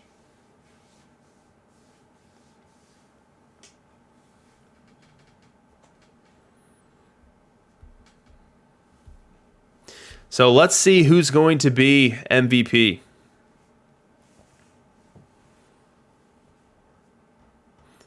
I'll do this. So I have additional perfect point codes. They do not work for Steam users. So don't enter this little side game if you are a Steam user. But if you are able to predict if you're able to predict the MVP correctly, whoever does it first, I'll give you one of my perfect point codes that's good for another 10,000 perfect points. And again, does not work for Steam. So if you use Steam, don't participate because you won't be able to do anything with it. But go ahead and pick your MVP. Love the Cubs says Gwyn. Gwyn for which team? Love the Cubs. Extreme's going Yount. I know which team that's going to be for. That's the Red Raiders, Yount.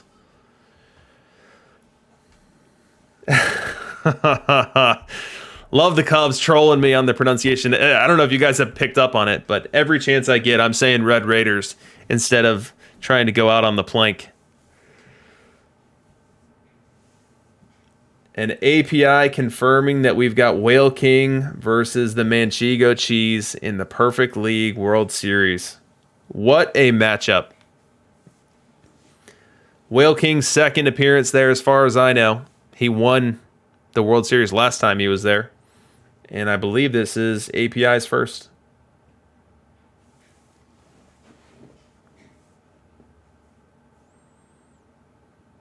Stargazer going Ty Cobb, Milwaukee.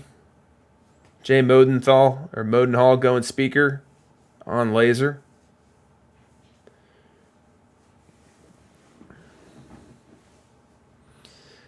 Man, they should open up the Perfect League viewability for every player, just so that people could follow and watch all the highlights of those games if they want to.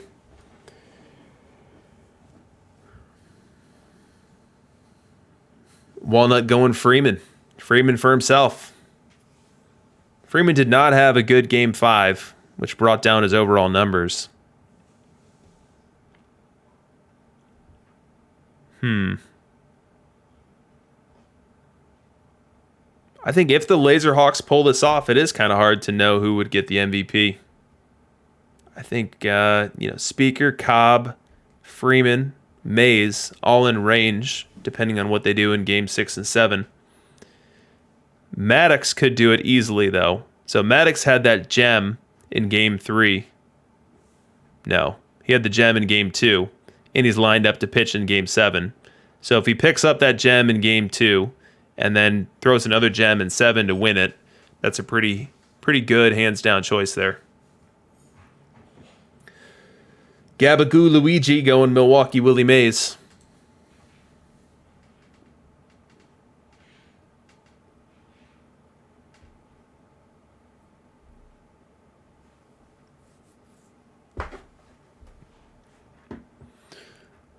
$11 minutes to the sim.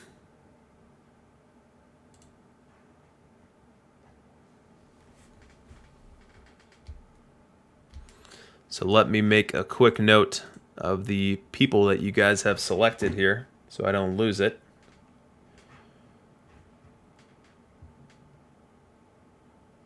So Extreme is going Yount. I'll do it this way. Yount. And then we've got Love the Cubs going Gwyn.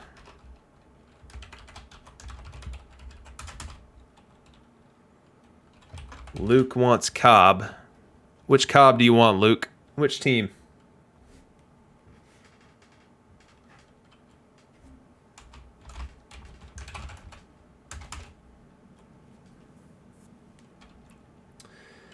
And then Jay Modenhall going Speaker for Milwaukee.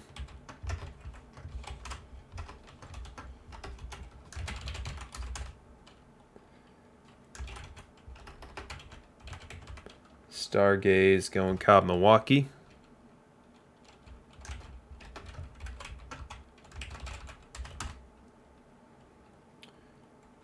And then Gabba is going Milwaukee Mays.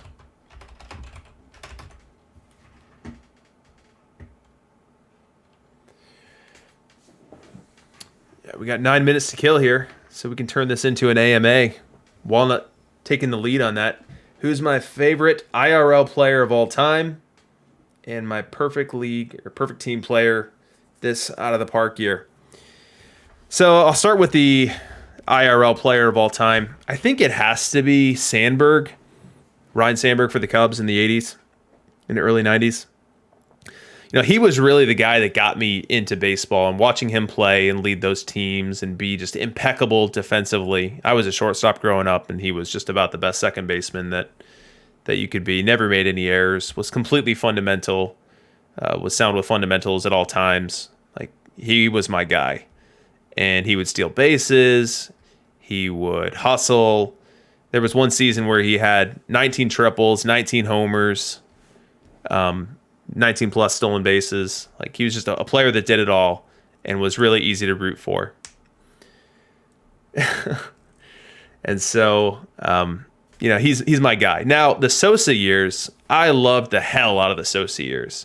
I loved the hell out of the home run chase in 99 or 98 when he and McGuire were going back and forth. Like, I distinctly remember I was doing a ton of playing baseball back then. I was on a travel team, and so most days I was either traveling somewhere or playing somewhere. And so, as the Cubs game was going on, and my dad was, I don't even know how he was getting updates, because this was before you'd have internet on your cell phone. But, every time I'd come in from an inning, I'd come in from shortstop, I'd say, hey, did Sosa bat? What did he do? It was just so cool to follow that and see what was going on there. And I actually modeled my swing, like the load mechanism of my swing, against and from Sosa. And that's what really unlocked power for me. So your whole life, coaches tell you, swing down on the ball, swing down on the ball. And, you hit a lot of ground balls that way. And when I started swinging up at the ball and really trying to load my hands into a position where I could have more time in the strike zone with my bat, and then when I was squaring it up, the ball had lift to it instead of being either low worm burner ground balls or low line drives. I started hitting a ton of home runs, and that was a huge thing for me. And so Sosa was absolutely one of my favorite players as well. I think I loved the Sammy Sosa experience more than Sammy Sosa's game per se. Like, he wasn't that great of a defender in right. He had a heck of an arm, but could barely control it. He obviously had the steroid scandal and then the cork bat scandal, which I was actually at the game that he got caught with the cork bat.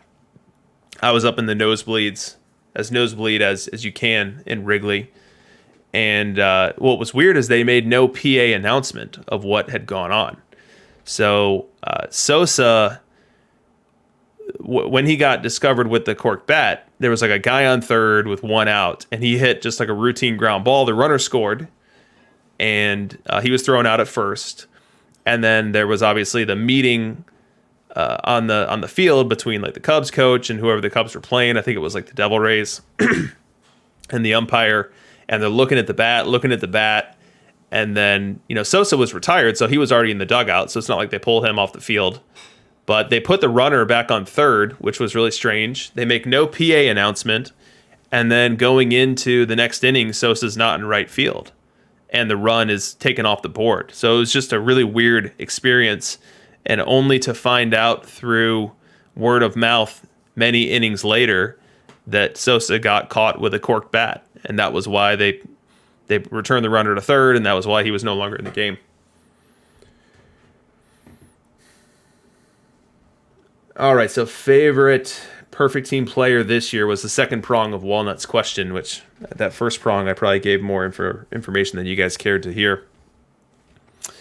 Favorite player of this game. I'll say it's Roger Connor. And the reason it's Roger Connor is that and everyone says this, I say that I have terrible pack luck, when in reality my pack luck is probably like everyone else's. I just never rip packs, so it's more noticeable. But I've only pulled 2 cards that I have used extensively, 2 good cards. And those 2 cards are Roger Connor and Bobby Matthews. And Roger Connor is someone that I've used since 2029, so this is way back when that I was able to pull him. And he's been just an awesome card for me. And I love OBP heavy first baseman. So growing up, and again, I'll throw more Cubs garbage at you, But Mark Grace was one of my favorite players as well, and he was an OBP heavy first baseman. So the knock on Grace was, first basemen are supposed to be these grip it and rip it dudes hitting 30 homers a year, and that's not him. He was a really slick glove who would hit 13 to 18 homers in a year and get on base a ton and be really hard to strike out and hit inside out singles to left field and come up big in moments that you need him to. And so I loved that player archetype then, and I love this player archetype now, that OBP heavy first baseman. And, there's probably someone who can have a very well thought out sabermetric argument behind why that's the wrong way to think of it. But having grown up with that, and then having now played with Connor and his consistency year to year for the past, 25 seasons, I've grown to really like having that consistent on-base presence in the lineup that carries a good glove too.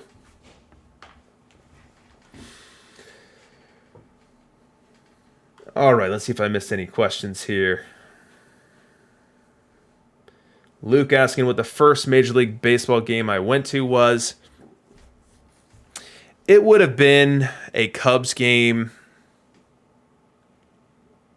in like the mid 80s, probably like 87 or 88 when the Cubs were bad and the tickets were cheap. And I'm sure my dad just took me to a game. It wasn't memorable enough for me to know too much about it. I'd say my first game that I really remember going to was a prime time night game. And so this means it had to have been after 88 when Wrigley Field got lights. But it was a primetime night game when the Cubs were playing the Braves, and the Braves were deploying an outfield of Ron Gant, Otis Nixon, and David Justice. I think Justice was right. That could be someone else. Justice might have been the error after that. But it was definitely Gant and Nixon, and I just remember remarking that there was no way to get a ball to drop in that outfield. Like the range that their outfielders covered was just unbelievable. And it was just miserable sitting there hoping for all these batted balls. And I mean, back in the 80s, like strikeouts were not nearly what they are today. So you're getting batted balls all game long. And just seeing those outfielders cover all that ground and just give you a rough go was just so memorable. And I must have been, 6 or 7 for that game. And that really turned me on to the importance of outfield defense, the importance of, range in this game, both baseball and an out-of-the-park perfect team.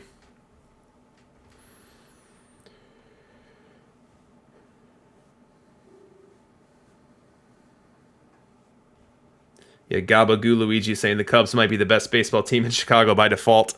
Yeah, let's talk about that for a second while we've got a minute for this sim to come in. What on earth are the White Sox doing hiring Tony La Russa? A dude who was past his prime 10 years ago when he last managed. A dude who just got busted on another DUI. There is no way that the general manager for the White Sox, Rick Hahn, is on board with this. This is totally an ownership move that is being forced upon him.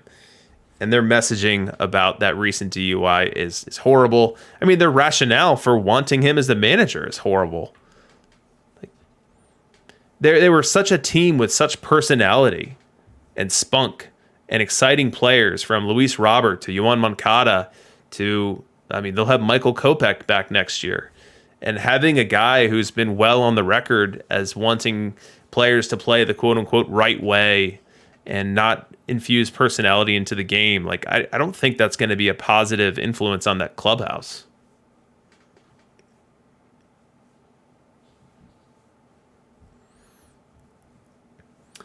So Walnut asking for my predictions in the Perfect League World Series. I'm taking API in 6. And then Firebird asking if all of my games are road games. And I'll tell you what, based on my results this year, felt like they all were road games. 519 at home and 469 on the road. That was brutal. Rough season. All right, we are starting the sim. And if this returns quickly, we'll know that we're heading to a Game 7, and we'll check out how we got there. If this doesn't end quickly, then we'll know that the Red Raiders are your DLL World Series champs in 2053.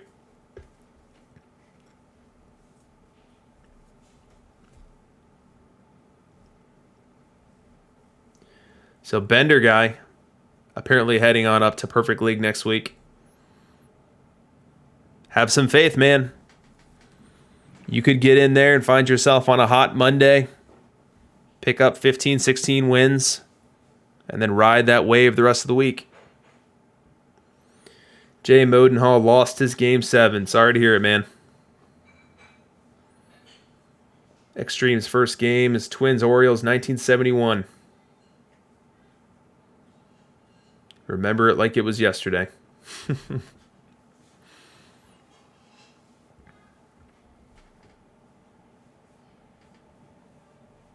I'll tell you my favorite baseball game I ever went to. Well, that's probably a pretty stock answer. So I was lucky enough to go to Game 7 of the 2016 World Series in Cleveland when the Cubs, in heroic fashion, defeated the Cleveland Indians in 10 innings. That was incredible. And I could talk about that for literally hours. So you guys probably don't want to get me started on that. But my next favorite game was actually when the Cubs first experienced some real success in my life, which was winning Game 5 of the 2003 NLDS in Atlanta when I was living there at the time. Probably no one else remembers this series, but it was just incredible, like seeing my lovable loser Cubs come up with a playoff series victory.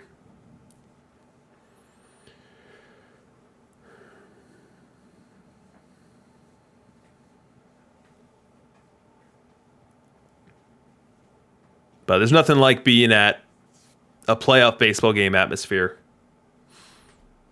It's incredible.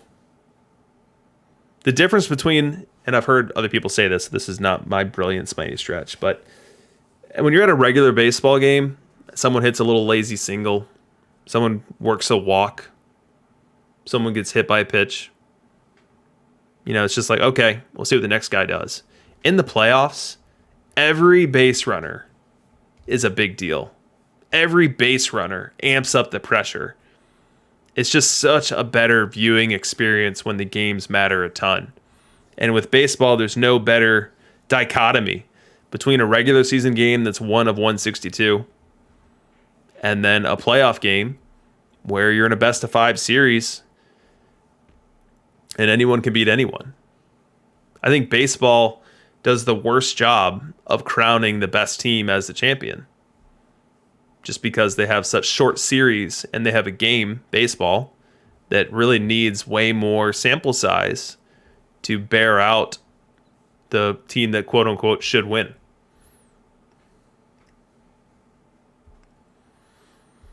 Walnut conceding in the chat.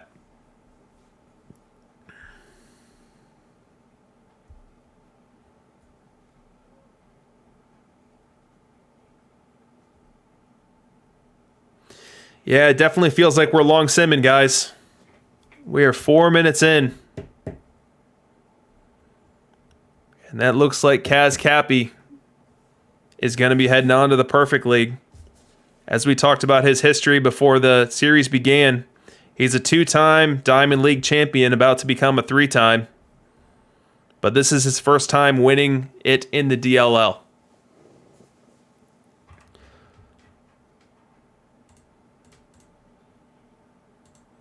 I predicted the playoff teams before the season started. And let me tell you what CazCappy said when I predicted that he would be in the playoffs.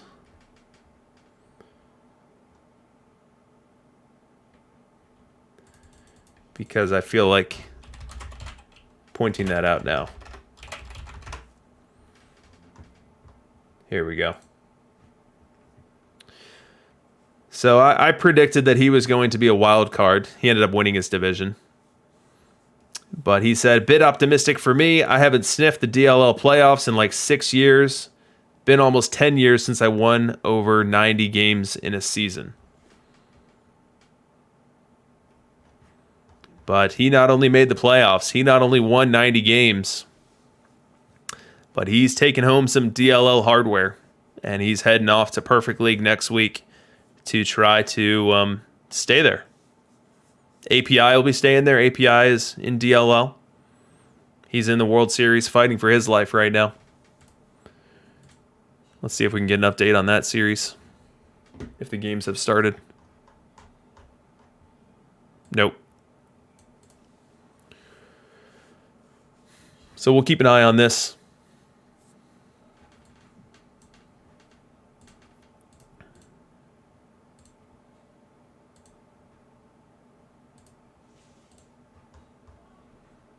But yeah, this will be the first championship for CazCappy in his last 19 weeks. So he's had 18 straight weeks in the Diamond League without one.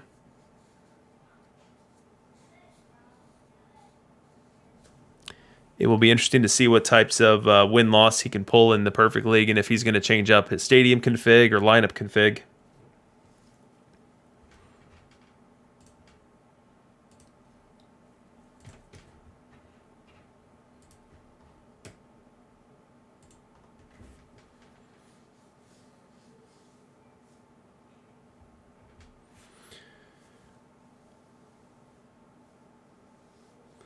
So a Lipitor kid asking what the series record is. It's 3-2 going on 4-2. Yep, Walnut, we can go ahead and start our perfect point giveaway. Let me load that up.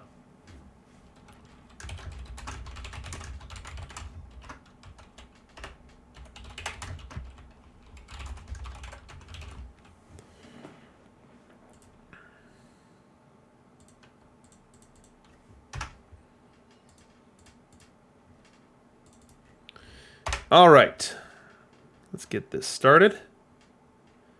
That should be working as of now.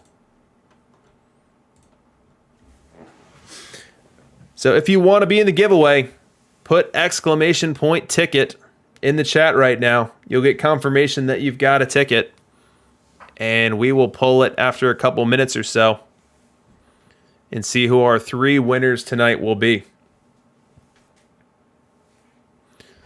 Sim is in. That's only 8 minutes. Normally the long sim in Perfect League is more like 15.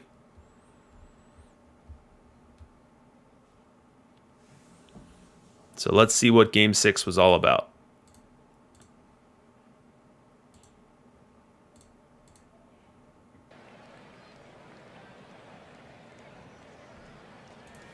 All right, here we go. We got Pettit on the mound for the Laserhawks. And he's going to start the game versus Jackie. I'll go ahead and throw up Pettit as a starter in our matchup analyzer. Weak ground ball. Pettit fields it over to first. 1 away.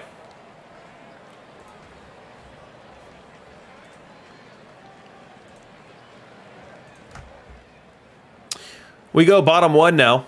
Laserhawks threatening. Willie Mays at the dish facing Warren Spawn with Gwynn at third. Infield shifted. Wine in the pitch. That ball hit well. Left center field. Can it carry it well? The Laserhawks, Willie Mays, with his 3rd home run of the World Series, giving the Laserhawks a 2-0 lead here in the first. We go bottom 3. Laserhawks threatening some more. Hornsby at the plate facing Spawn.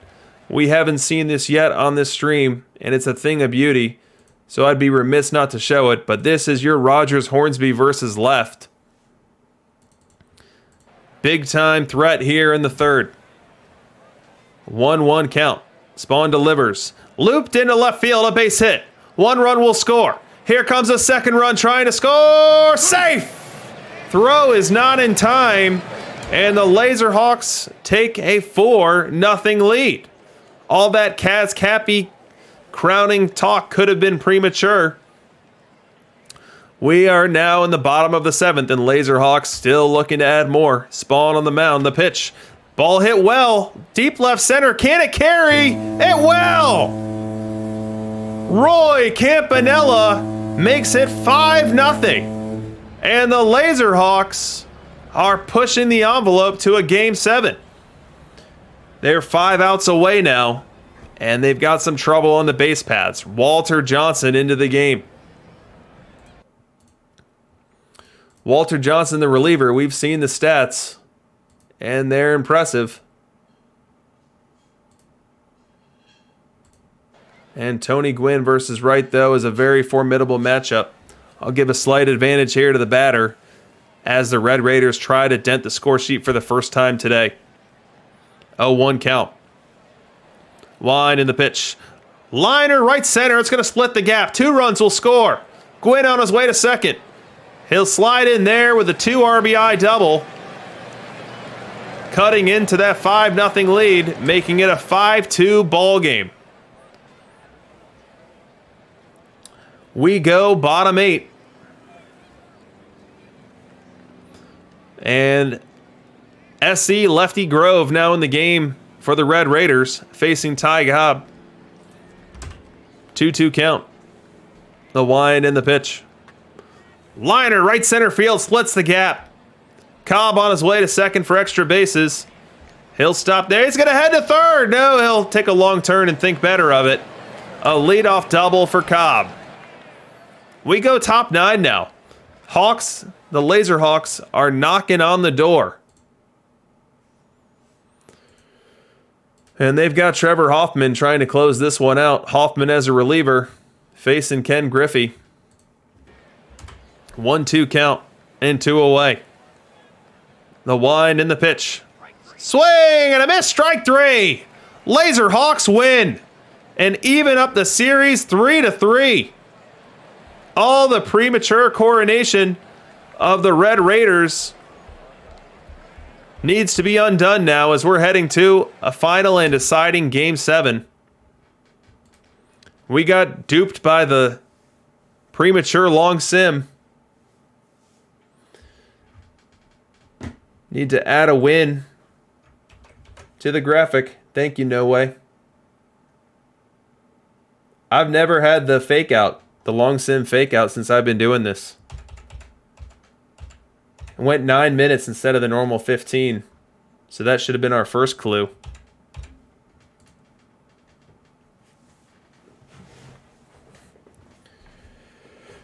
Wow, what a great series. And now we're going to 7 to determine it. Although Walnut did concede. So does that mean that it's over? Cut the stream. It's already been decided. Send the Red Raiders to perfect. I mean, he did concede. Walnut's on board with it. All right, we will go ahead and draw our drawing now. So if you haven't done it yet, put exclamation point ticket in the chat. Exclamation point ticket, and you will be in the drawing.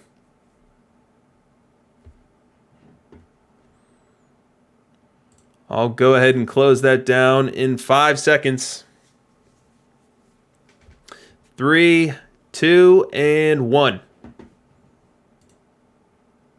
It's winner drawing time. Who feels lucky? Our first winner is Waddy Waddy Waddy. Our second winner is Extreme UW. And our third winner is Bender Guy 1. Congratulations to our winners. The way to get those perfect points is to DM me on the Discord your Out of the Park username with the perfectly pristine capitalization. And I will get you those perfect points typically within a couple of hours.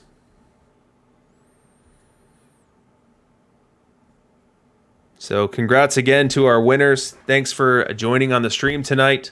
We are long simming now for real. And once this long sim comes in, we will see who won Game 7. We are 6 games in, and we've yet to see a road team win.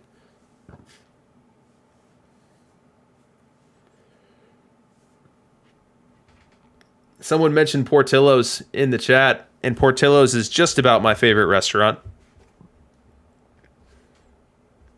I think if there were no repercussions for eating poorly, I would go to Portillo's every single day.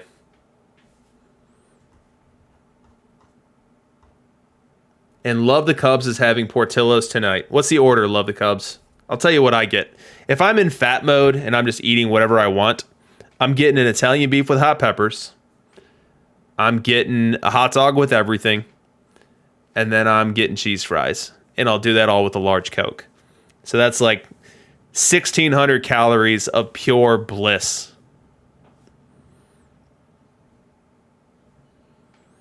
Man, I'm starting to Jones for it right now. Yeah, I don't get the cake. I don't get the shake. I am lactose sensitive, so not lactose intolerant. But when I have ice cream or milkshakes or anything, bad things happen. So those types of desserts don't really tempt me. Big beef, hot peppers, large fry cake. Man, he's living the life. Living the life. If I was doing any better right now, I'd be love the Cubs.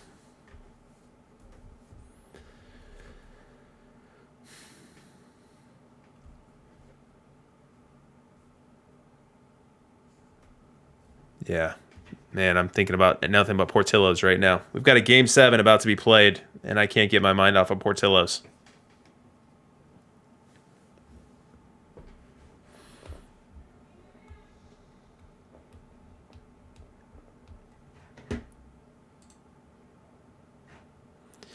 Yeah, Portillo's was bought. You know, they were sold off to some investment group, I want to say 4 or 5 years ago. I thought that could lead to widespread franchising. Maybe it has, maybe it hasn't. But anyone who doesn't have a Portillo's in their sphere, try to get one. They're incredible. They kind of led the drive-through revolution, as far as I know, too, where instead of just driving up to a machine, giving your order, and then pulling around and getting your food, you know, they've got active order takers out in the drive-through. And now I've noticed that Chick-fil-A is doing that. So, trailblazers in that respect as well.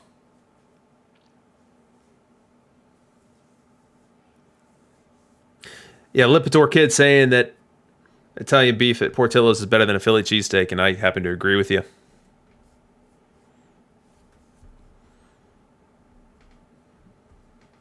Cheesesteaks are great. I've never been to Philly and gotten one, though. Although I know the moment you say that, out come the strong opinions about which one's good, which one's garbage, which one's overrated. Let's stay on task here.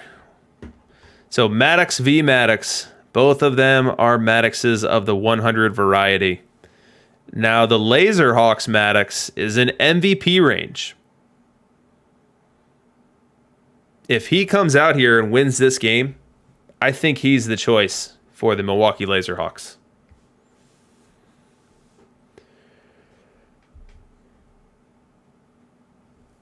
Now, if they win the game, but it's not due to Maddox, then I think you have to turn your attention to Ty Cobb. Ty Cobb, 10 hits in the series, 5 ribbies. Although Willie Mays has a very good argument as well.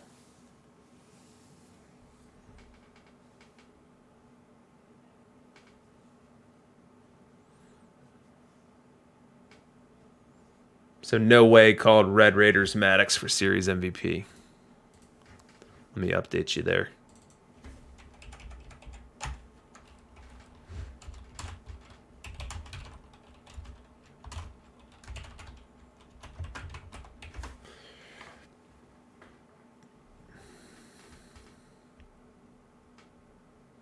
D'Alessandro's is the best Philly cheese, T. Chuck says. This whole conversation just has me starving right now. I've been trying to watch what I eat for the past month or so. Always hard to do as you're heading into the holiday season and you're traversing through Halloween. But this conversation is not helping.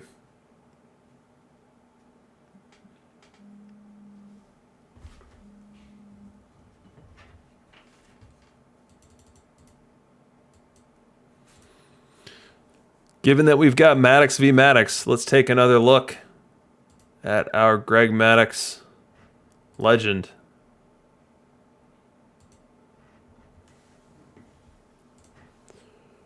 That's the wrong Maddox. There's the right one.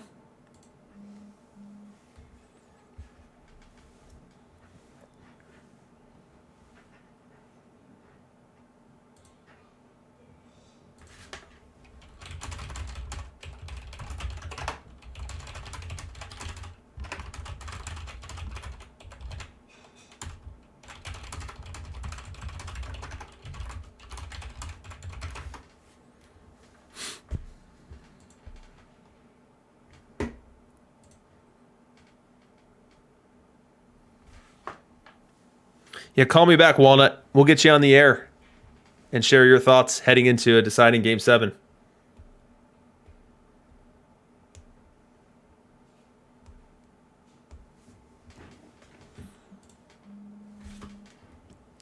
And now joining us on the air, none other than Walnut 33, about to have his fate determined by Game 7. Where's your head at, Mr. Nut? Well, my head is now, if we're being 100% honest, completely fixated on a cake shake. So, do you guys even have Portillo's up there? I would guess. There's one Portillo's that came here last year or the year before. It was the year before I moved back home. So, yes. There's one at Portillo's about 7 minutes from my house. Not that I've ever timed it. And so the reason I'm calling is for a couple things. One, CazCappy, for the amount of beatdowns he's putting on me in this series, deserves to win. And I don't want to go to the PEL because it's just it's not the same interaction where I don't love it as much as you guys do. But I think with one other announcement to come, my wife has told me that our meeting of fate is being put on hold. Oh yeah. We are not to be we're to be socially responsible people right now, and not be dining in public at restaurants. Yeah, I think that here in the Midwest, we've certainly seen a case spike for COVID, so that's probably the responsible thing to do. Yep. So I think we should put a pin in that, but I think in honor of that tonight, because we were going to go get, I was going to have euros, you're going to have tacos, because it was a Euro Mexican, it was a Greek Mexican fusion place, which to me sounds like the greatest thing on earth. I think you should treat yourself to Portillo's tonight, and I'll have Portillo's, and together it could be our quasi dinner. See, we both want Portillo's. The second son brought up Portillo's, all I could think about is that cake shake, and I think it's time to have the cake shake. Man, that's the next thing I'm doing. I've got my interview with Pidge tonight, but that might need to be on a brief hold until I go get an Italian beef with hot peppers. Yep, good. We're 100% on point. I think that CazCappy is going to win this hands down, because my Pedro's been pretty bad. As you can see, he went 1.2 innings last game and got just shellacked. So wait, are you breaking some news here? Are you starting Pedro this game? Oh, am I not playing Pedro? Oh no, it's Maddox. Sorry. Yeah, you're right. Maddox v. Maddox. Yeah, well, here we go. Maddox has been pitching too well. He's gonna crap the bed now. There. Yeah. Yeah, your Maddox has been money in the postseason. Has yet to give up more than an earned run in a given start. Well, I think we all know that something ends in OTP and streaks. Yep. So, that is my call. I can't wait to have some Portillo's. I will shoot you a picture on our Discord, but I think you should do the same, because you are saving the calories by us not having lunch Tuesday. Well, that sounds good. Thanks for the call. Good luck to you in Game 7. And I'll shoot you a picture of my Italian beef. Say it with me, Manitowoc. Manitowoc. There you go. See you, buddy. See you, man. That was Walnut. Sounded like you didn't even want to win this game.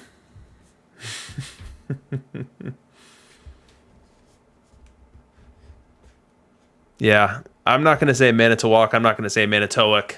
I'm not going to say anything. I'm going to say Red Raiders, because I just can't be trusted with pronunciations of small Wisconsin towns. Oh, geez. Kidneys. Censor yourself.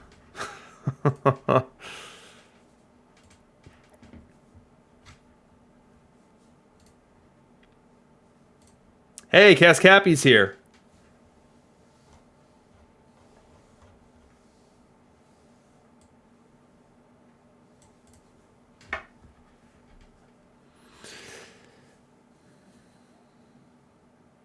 So, CazCappy, are you going to win, or is Walnut taking it? Walnut's already said that it's your game for the taking.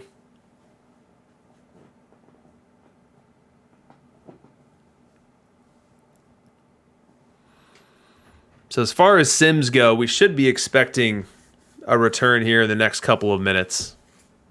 While we wait, let's check in on our buddy API. Let's see how the early returns in that World Series are going. So Manchego Cheese take a 1-0 lead over the Las Vegas Outlaws in the 2053 Perfect League World Series. Manchego Cheese attempting to be the second DLL Perfect League World Series champ. A very deserving player. One who knows his way around observed stats as well as regression models.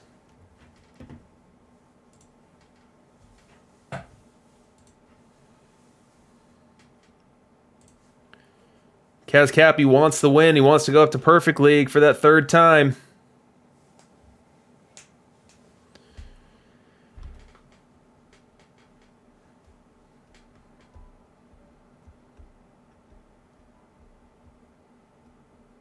Heading to a deciding Game 7. All of these should be Game 7s. Let's have no spoilers in the chat. Let's all experience this live. Let's hope for a game that comes down to a high leverage moment in the ninth with a 1-run lead and a couple runners on base. That's what you live for.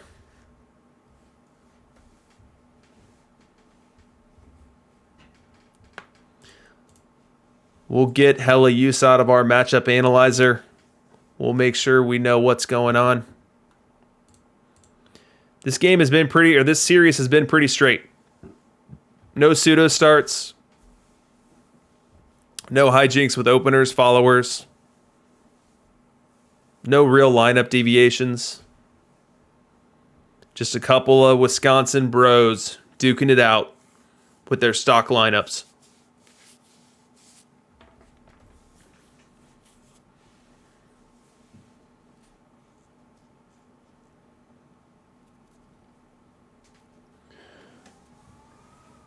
CazCappy, what are you doing sleeping at 6:14?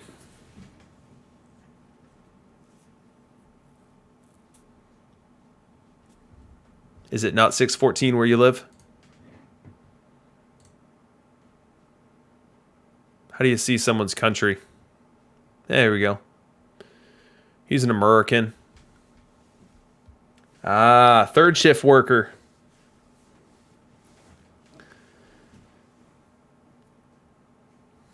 Yeah, working third shift is not easy. I had a couple buddies who worked third shift at Office Depot. So all of the different corporate orders that go into Office Depot in a given day, they're printed overnight by whoever's working the third shift. And those two buddies just like lost sense of what was day, what was night.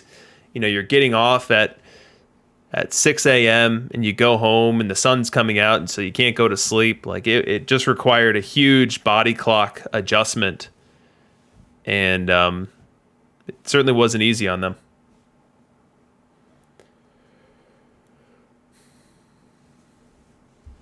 Gorgo 2005, retired. Can sleep anywhere, anytime. That's a gift.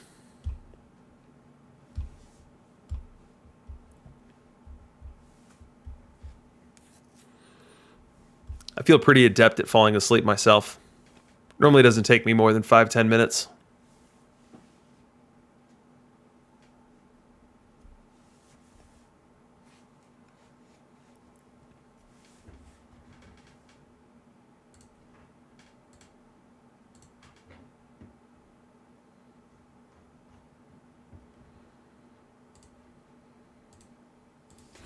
Reminder, right after this is done, I'm going to be recording my interview with Pidge offline.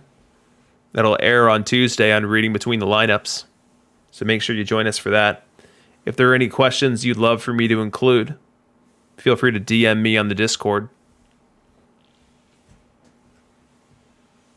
So Luke, how long is the sim? It normally takes about 15-20 minutes. I'm expecting it to come back any second now.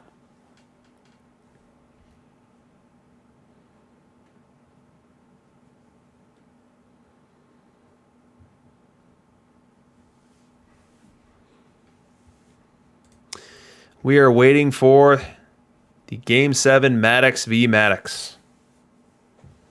I would love it if we could get out of the business of having these long sims. They can be quite anticlimactic and be quite the speed bump on what was a lot of momentum for the series. So I know that Chris is aware of it. I think he's at least broached it with the powers that be. But if they could just move whatever happens during a long sim to the sim that goes behind it,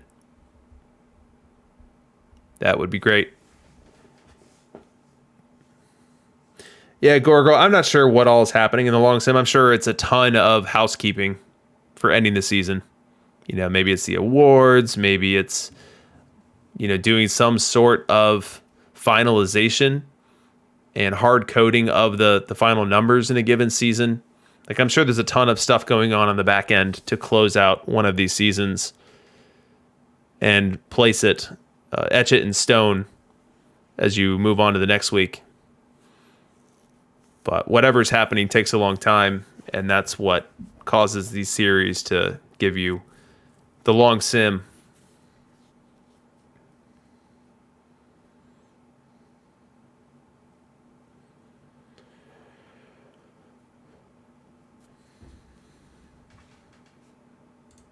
So we toggled this before, we'll do it again now. But right here in this matchup analyzer, here's Greg Maddox Legend, Greg Maddox 100. And then we'll toggle to Face of the Franchise. So Face of the Franchise is most definitely better. It's most visible in the reduction in homer per 9. Slight reduction in whip. Decent reduction in FIP. But the challenge is Greg Maddox Legend will run you 250, 260 in the auction house. And then the Face of the Franchise one is much closer to $1 million. I want to say it's around 8 to 900K right now. So if someone asked me what the best use of 900K was, getting Maddox Legend and Glavin, or getting Maddox Face of the Franchise, I'd go Maddox Legend and Glavin. Love the Cubs. Going back to the perfect league. Congrats, buddy. So Extreme asking if Campy and Mauer are still the best at catcher. Now, I do run Campy and Mauer. However, I'll say that arguments have been made and can be made that Pudge should be part of that equation. And I've seen Pudge included in a couple different ways. I've seen him replacing Campy, so just being the versus left option instead of Campy. So you're trading Campy's slugging, Campy's bat for Pudge's better defense, both from throwing runners out perspective as well as catcher ability, which influences your pitchers. And I've also seen people do the big brain play in that Pudge actually replaces Mauer. So you keep Campy versus left, where he can give you a jolt offensively, and then you sub out Mauer for Pudge, knowing that Pudge isn't going to hit it all versus right, but that he's going to log the most innings. He's going to control the ground game. He's going to help your pitchers. And you're just going to treat it like you treat Ozzy. You know, you don't expect Ozzy to hit anything. You don't expect Pudge to hit anything.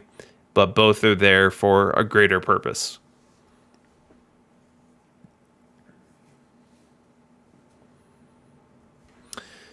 Yeah, so Kidneys is saying Campy's bat is not that good. And while I guess it's all relative when it comes to catchers. So here's Campy versus left in your bottom right of the screen here. So 446 slug. And I think, Kidneys, you have some interesting take on why slugging is not important. So I think most of your metrics are like average OBP and then WOBA. But we can save that aside for another day. So here's Campy versus left. And then let me show you Ivan Rodriguez versus left. So it is pretty night and day, where Campy is almost a plus bat. So he's slightly negative. He's -4 right here. And then here's Pudge, who's -20. So that is a pretty big difference. So Campy, Pudge, Campy, Pudge.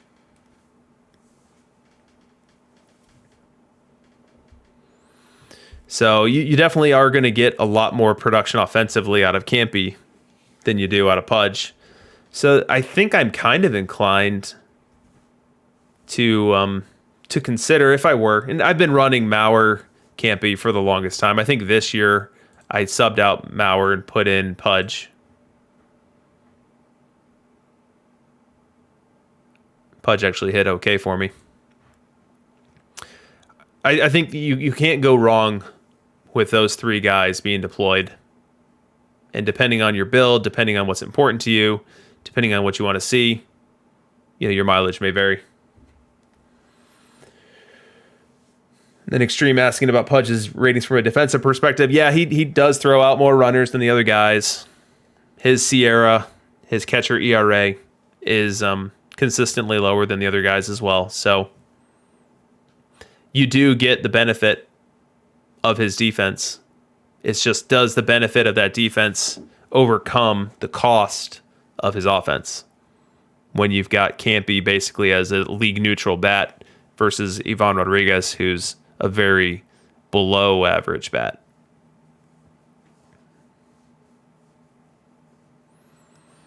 Yeah, Lipitor Kid asking how many days a week I sub in my backup catcher.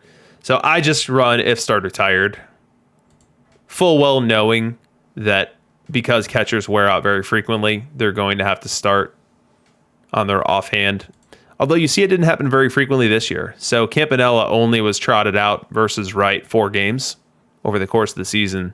So I think this might say more about the fact that rotations are more balanced between right and left, because you've got Pettit and Glavine in rotations all around the league now. And so when you have those balanced rotations, you're not seeing catchers get worn out and that be the reason that they're being subbed out, but rather coming in as intended.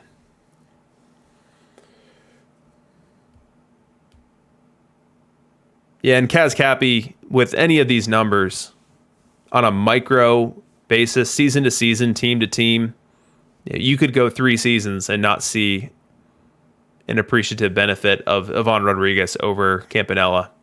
It's when we're talking about thousands and thousands of plate appearances and thousands of innings played defensively that stuff comes through.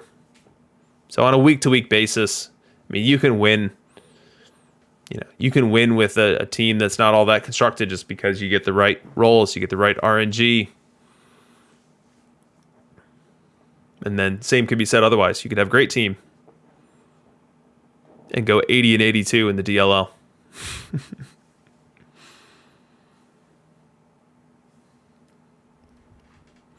So Stargazer up a bit there was asking how I export the data for the matchup analyzer. So I pulled that from Perfect League. I spent the last 8 seasons there. This season I'm not in Perfect League, so I'm having to get that from a Discord friend. So hopefully I'll always have someone in Perfect League generous and willing enough to give me the data extract that I use. I shared my personal data extract on my stream on Thursday during my PTCS tournament building session. So if you didn't see it, be sure to check that out.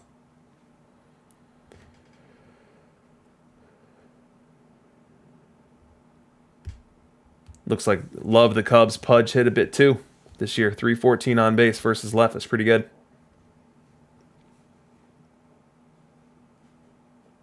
Yeah, Walnut asking the question about the types of hitters, types of batted ball profiles, line drive versus fly ball.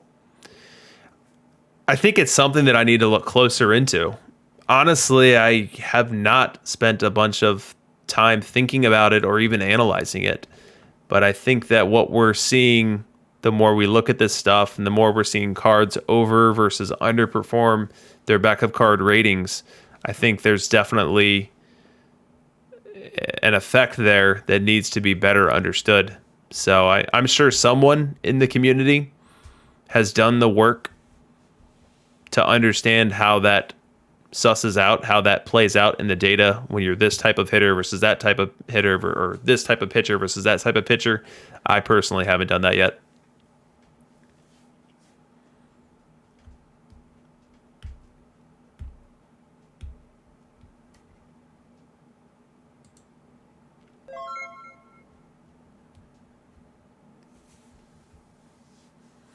Kidney's saying that JDA has done that work.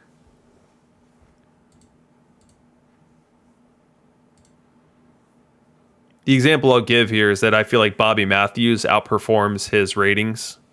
And I think at least part of that reason is his fly ball pitcher profile.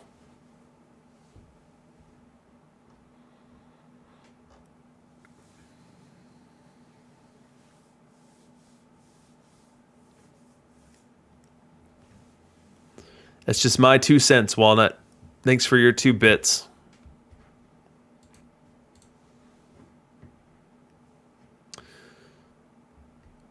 Really long sim this time.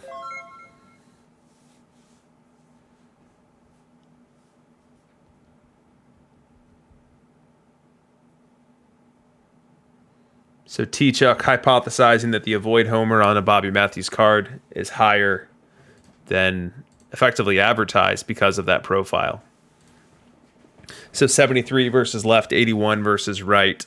And that plays up because he's a fly ball hitter or fly ball pitcher. Yeah, T-Chuck, you might be right.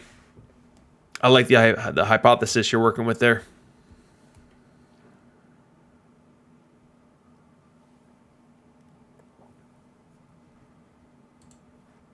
I'm going to do a reset just to make sure it's not me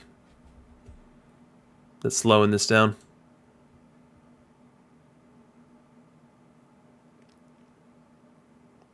As you can see from my tournament screen, I'm about to do a big data project for bronze tournaments.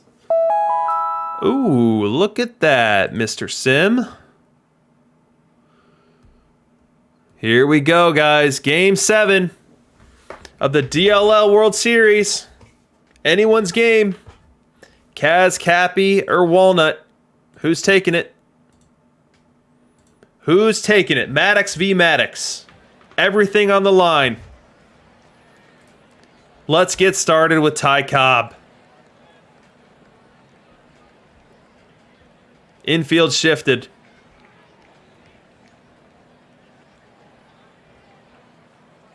Wind in the pitch. Looper to center field. Playable. Can of corn, 1 away. 2 away now in the top of the first. And the Red Raiders are threatening. They've got Willie Mays at the plate. And Jackie Robinson on second with 2 away. Willie Mays versus right. Greg Maddux versus right. Advantage to the pitcher. 1-2 count. Line in the pitch. Liner up the middle, a base hit. Jackie around third. He's going to try to score. Safe.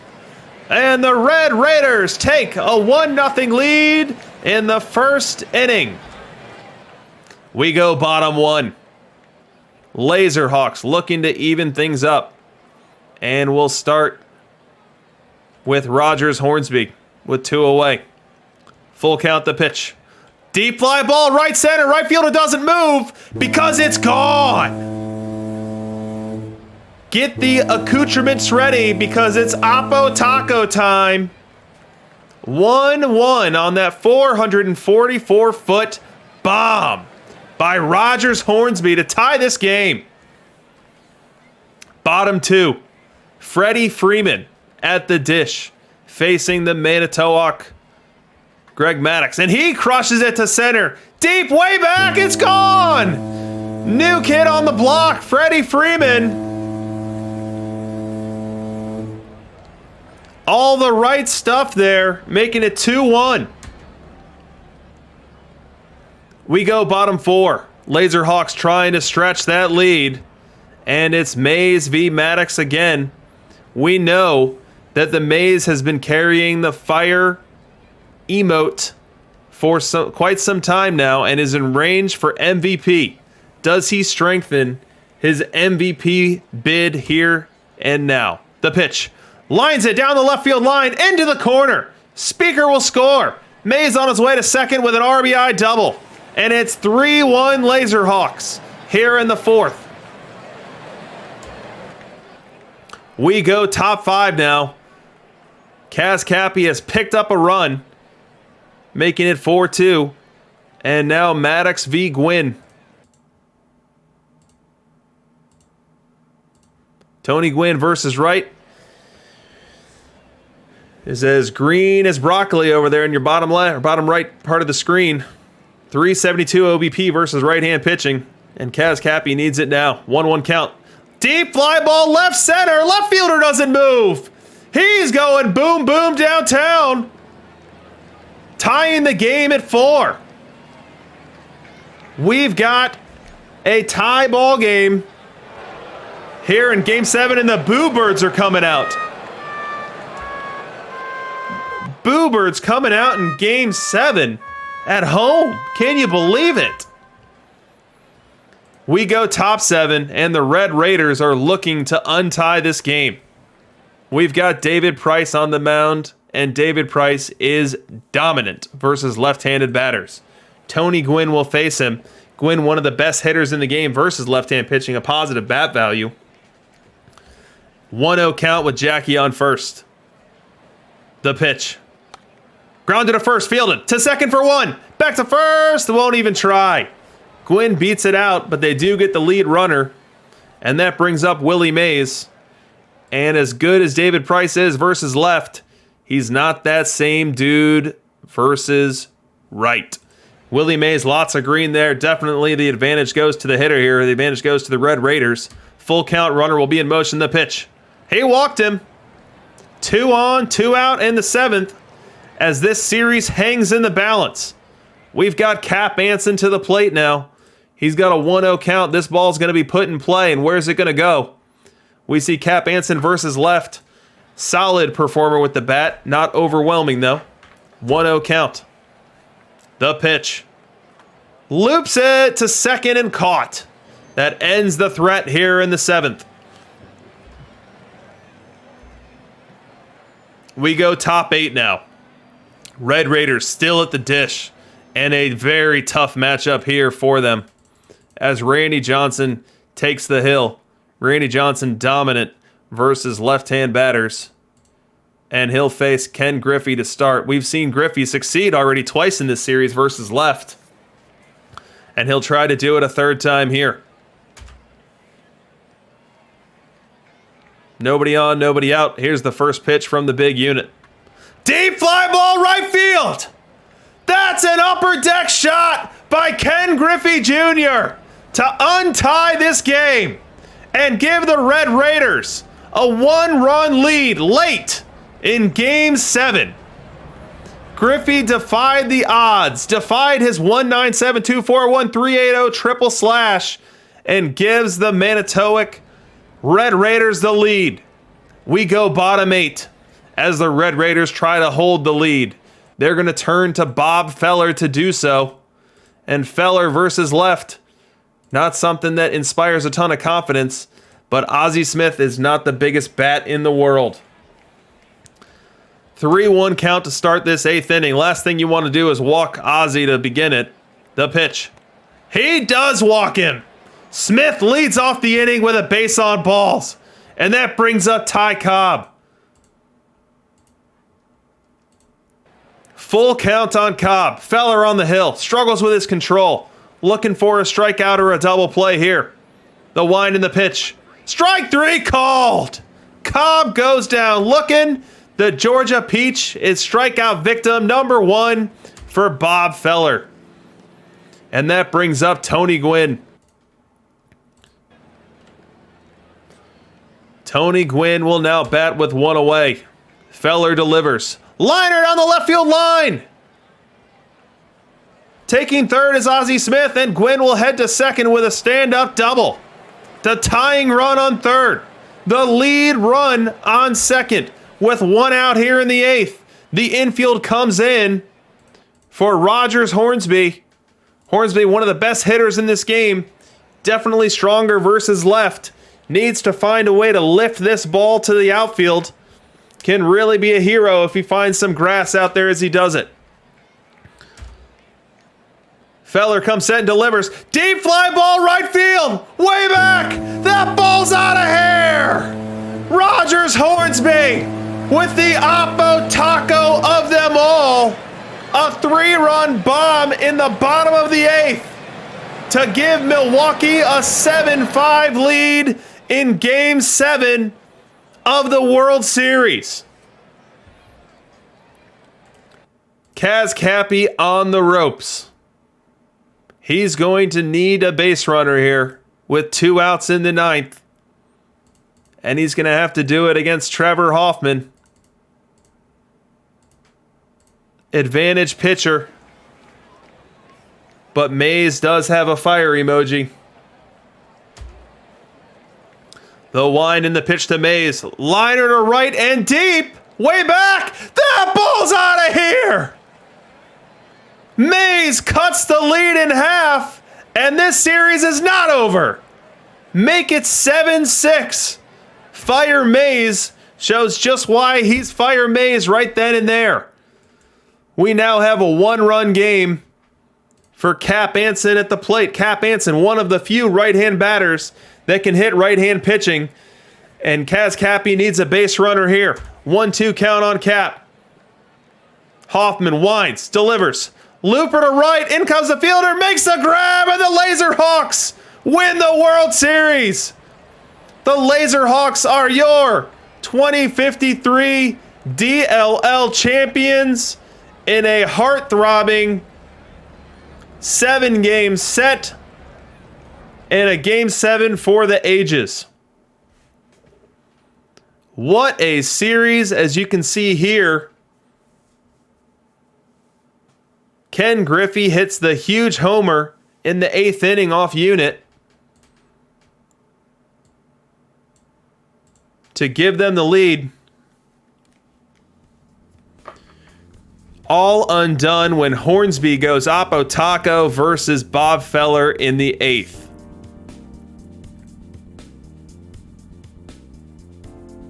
Feller can be a high wire act in the pen with his walks, with his movement struggles. And the dice came up snake eyes for CazCappy. What a series. Congratulations to Walnut as you head to Perfect League for your 3rd time after a 14-season drought. Tough beat for CazCappy, who was searching for an escape from his 19th straight Diamond League season, but he'll be back in the DLL next week. Was able to break his playoff drought. We'll have another chance to win a DLL ship next week. Chuck calling for a PEL update. Let's get one.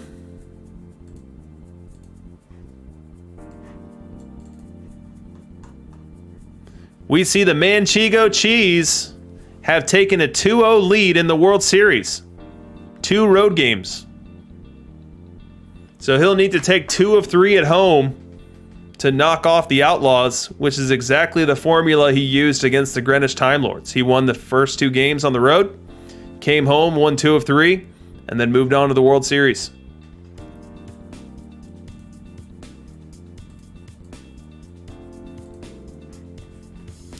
Go API, go. All right, guys. Well, that is going to do it for us tonight. Thank you for joining for the broadcast. Oh, wait. We need to check MVP. We can't go anywhere. MVP was Manitowoc Gwyn. Manitowoc. The Red Raiders Gwyn. Who had Red Raiders Gwyn?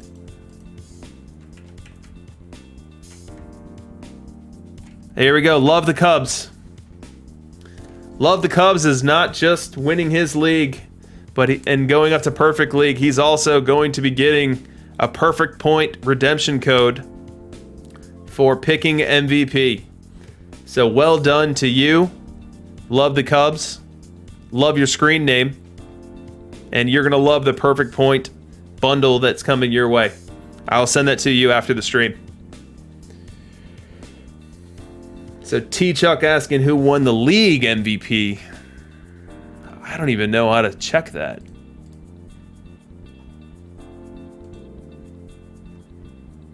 Wasn't anyone on my team.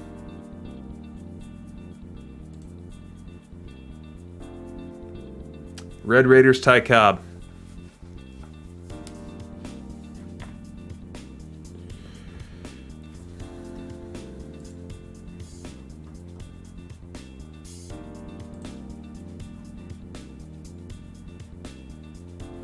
All right, guys. Well, that is going to do it for us. Let me give Walnut his Game 7 victory in our display. And then we're going to get out of here and head to Portillo's. And I suggest everyone else do the same.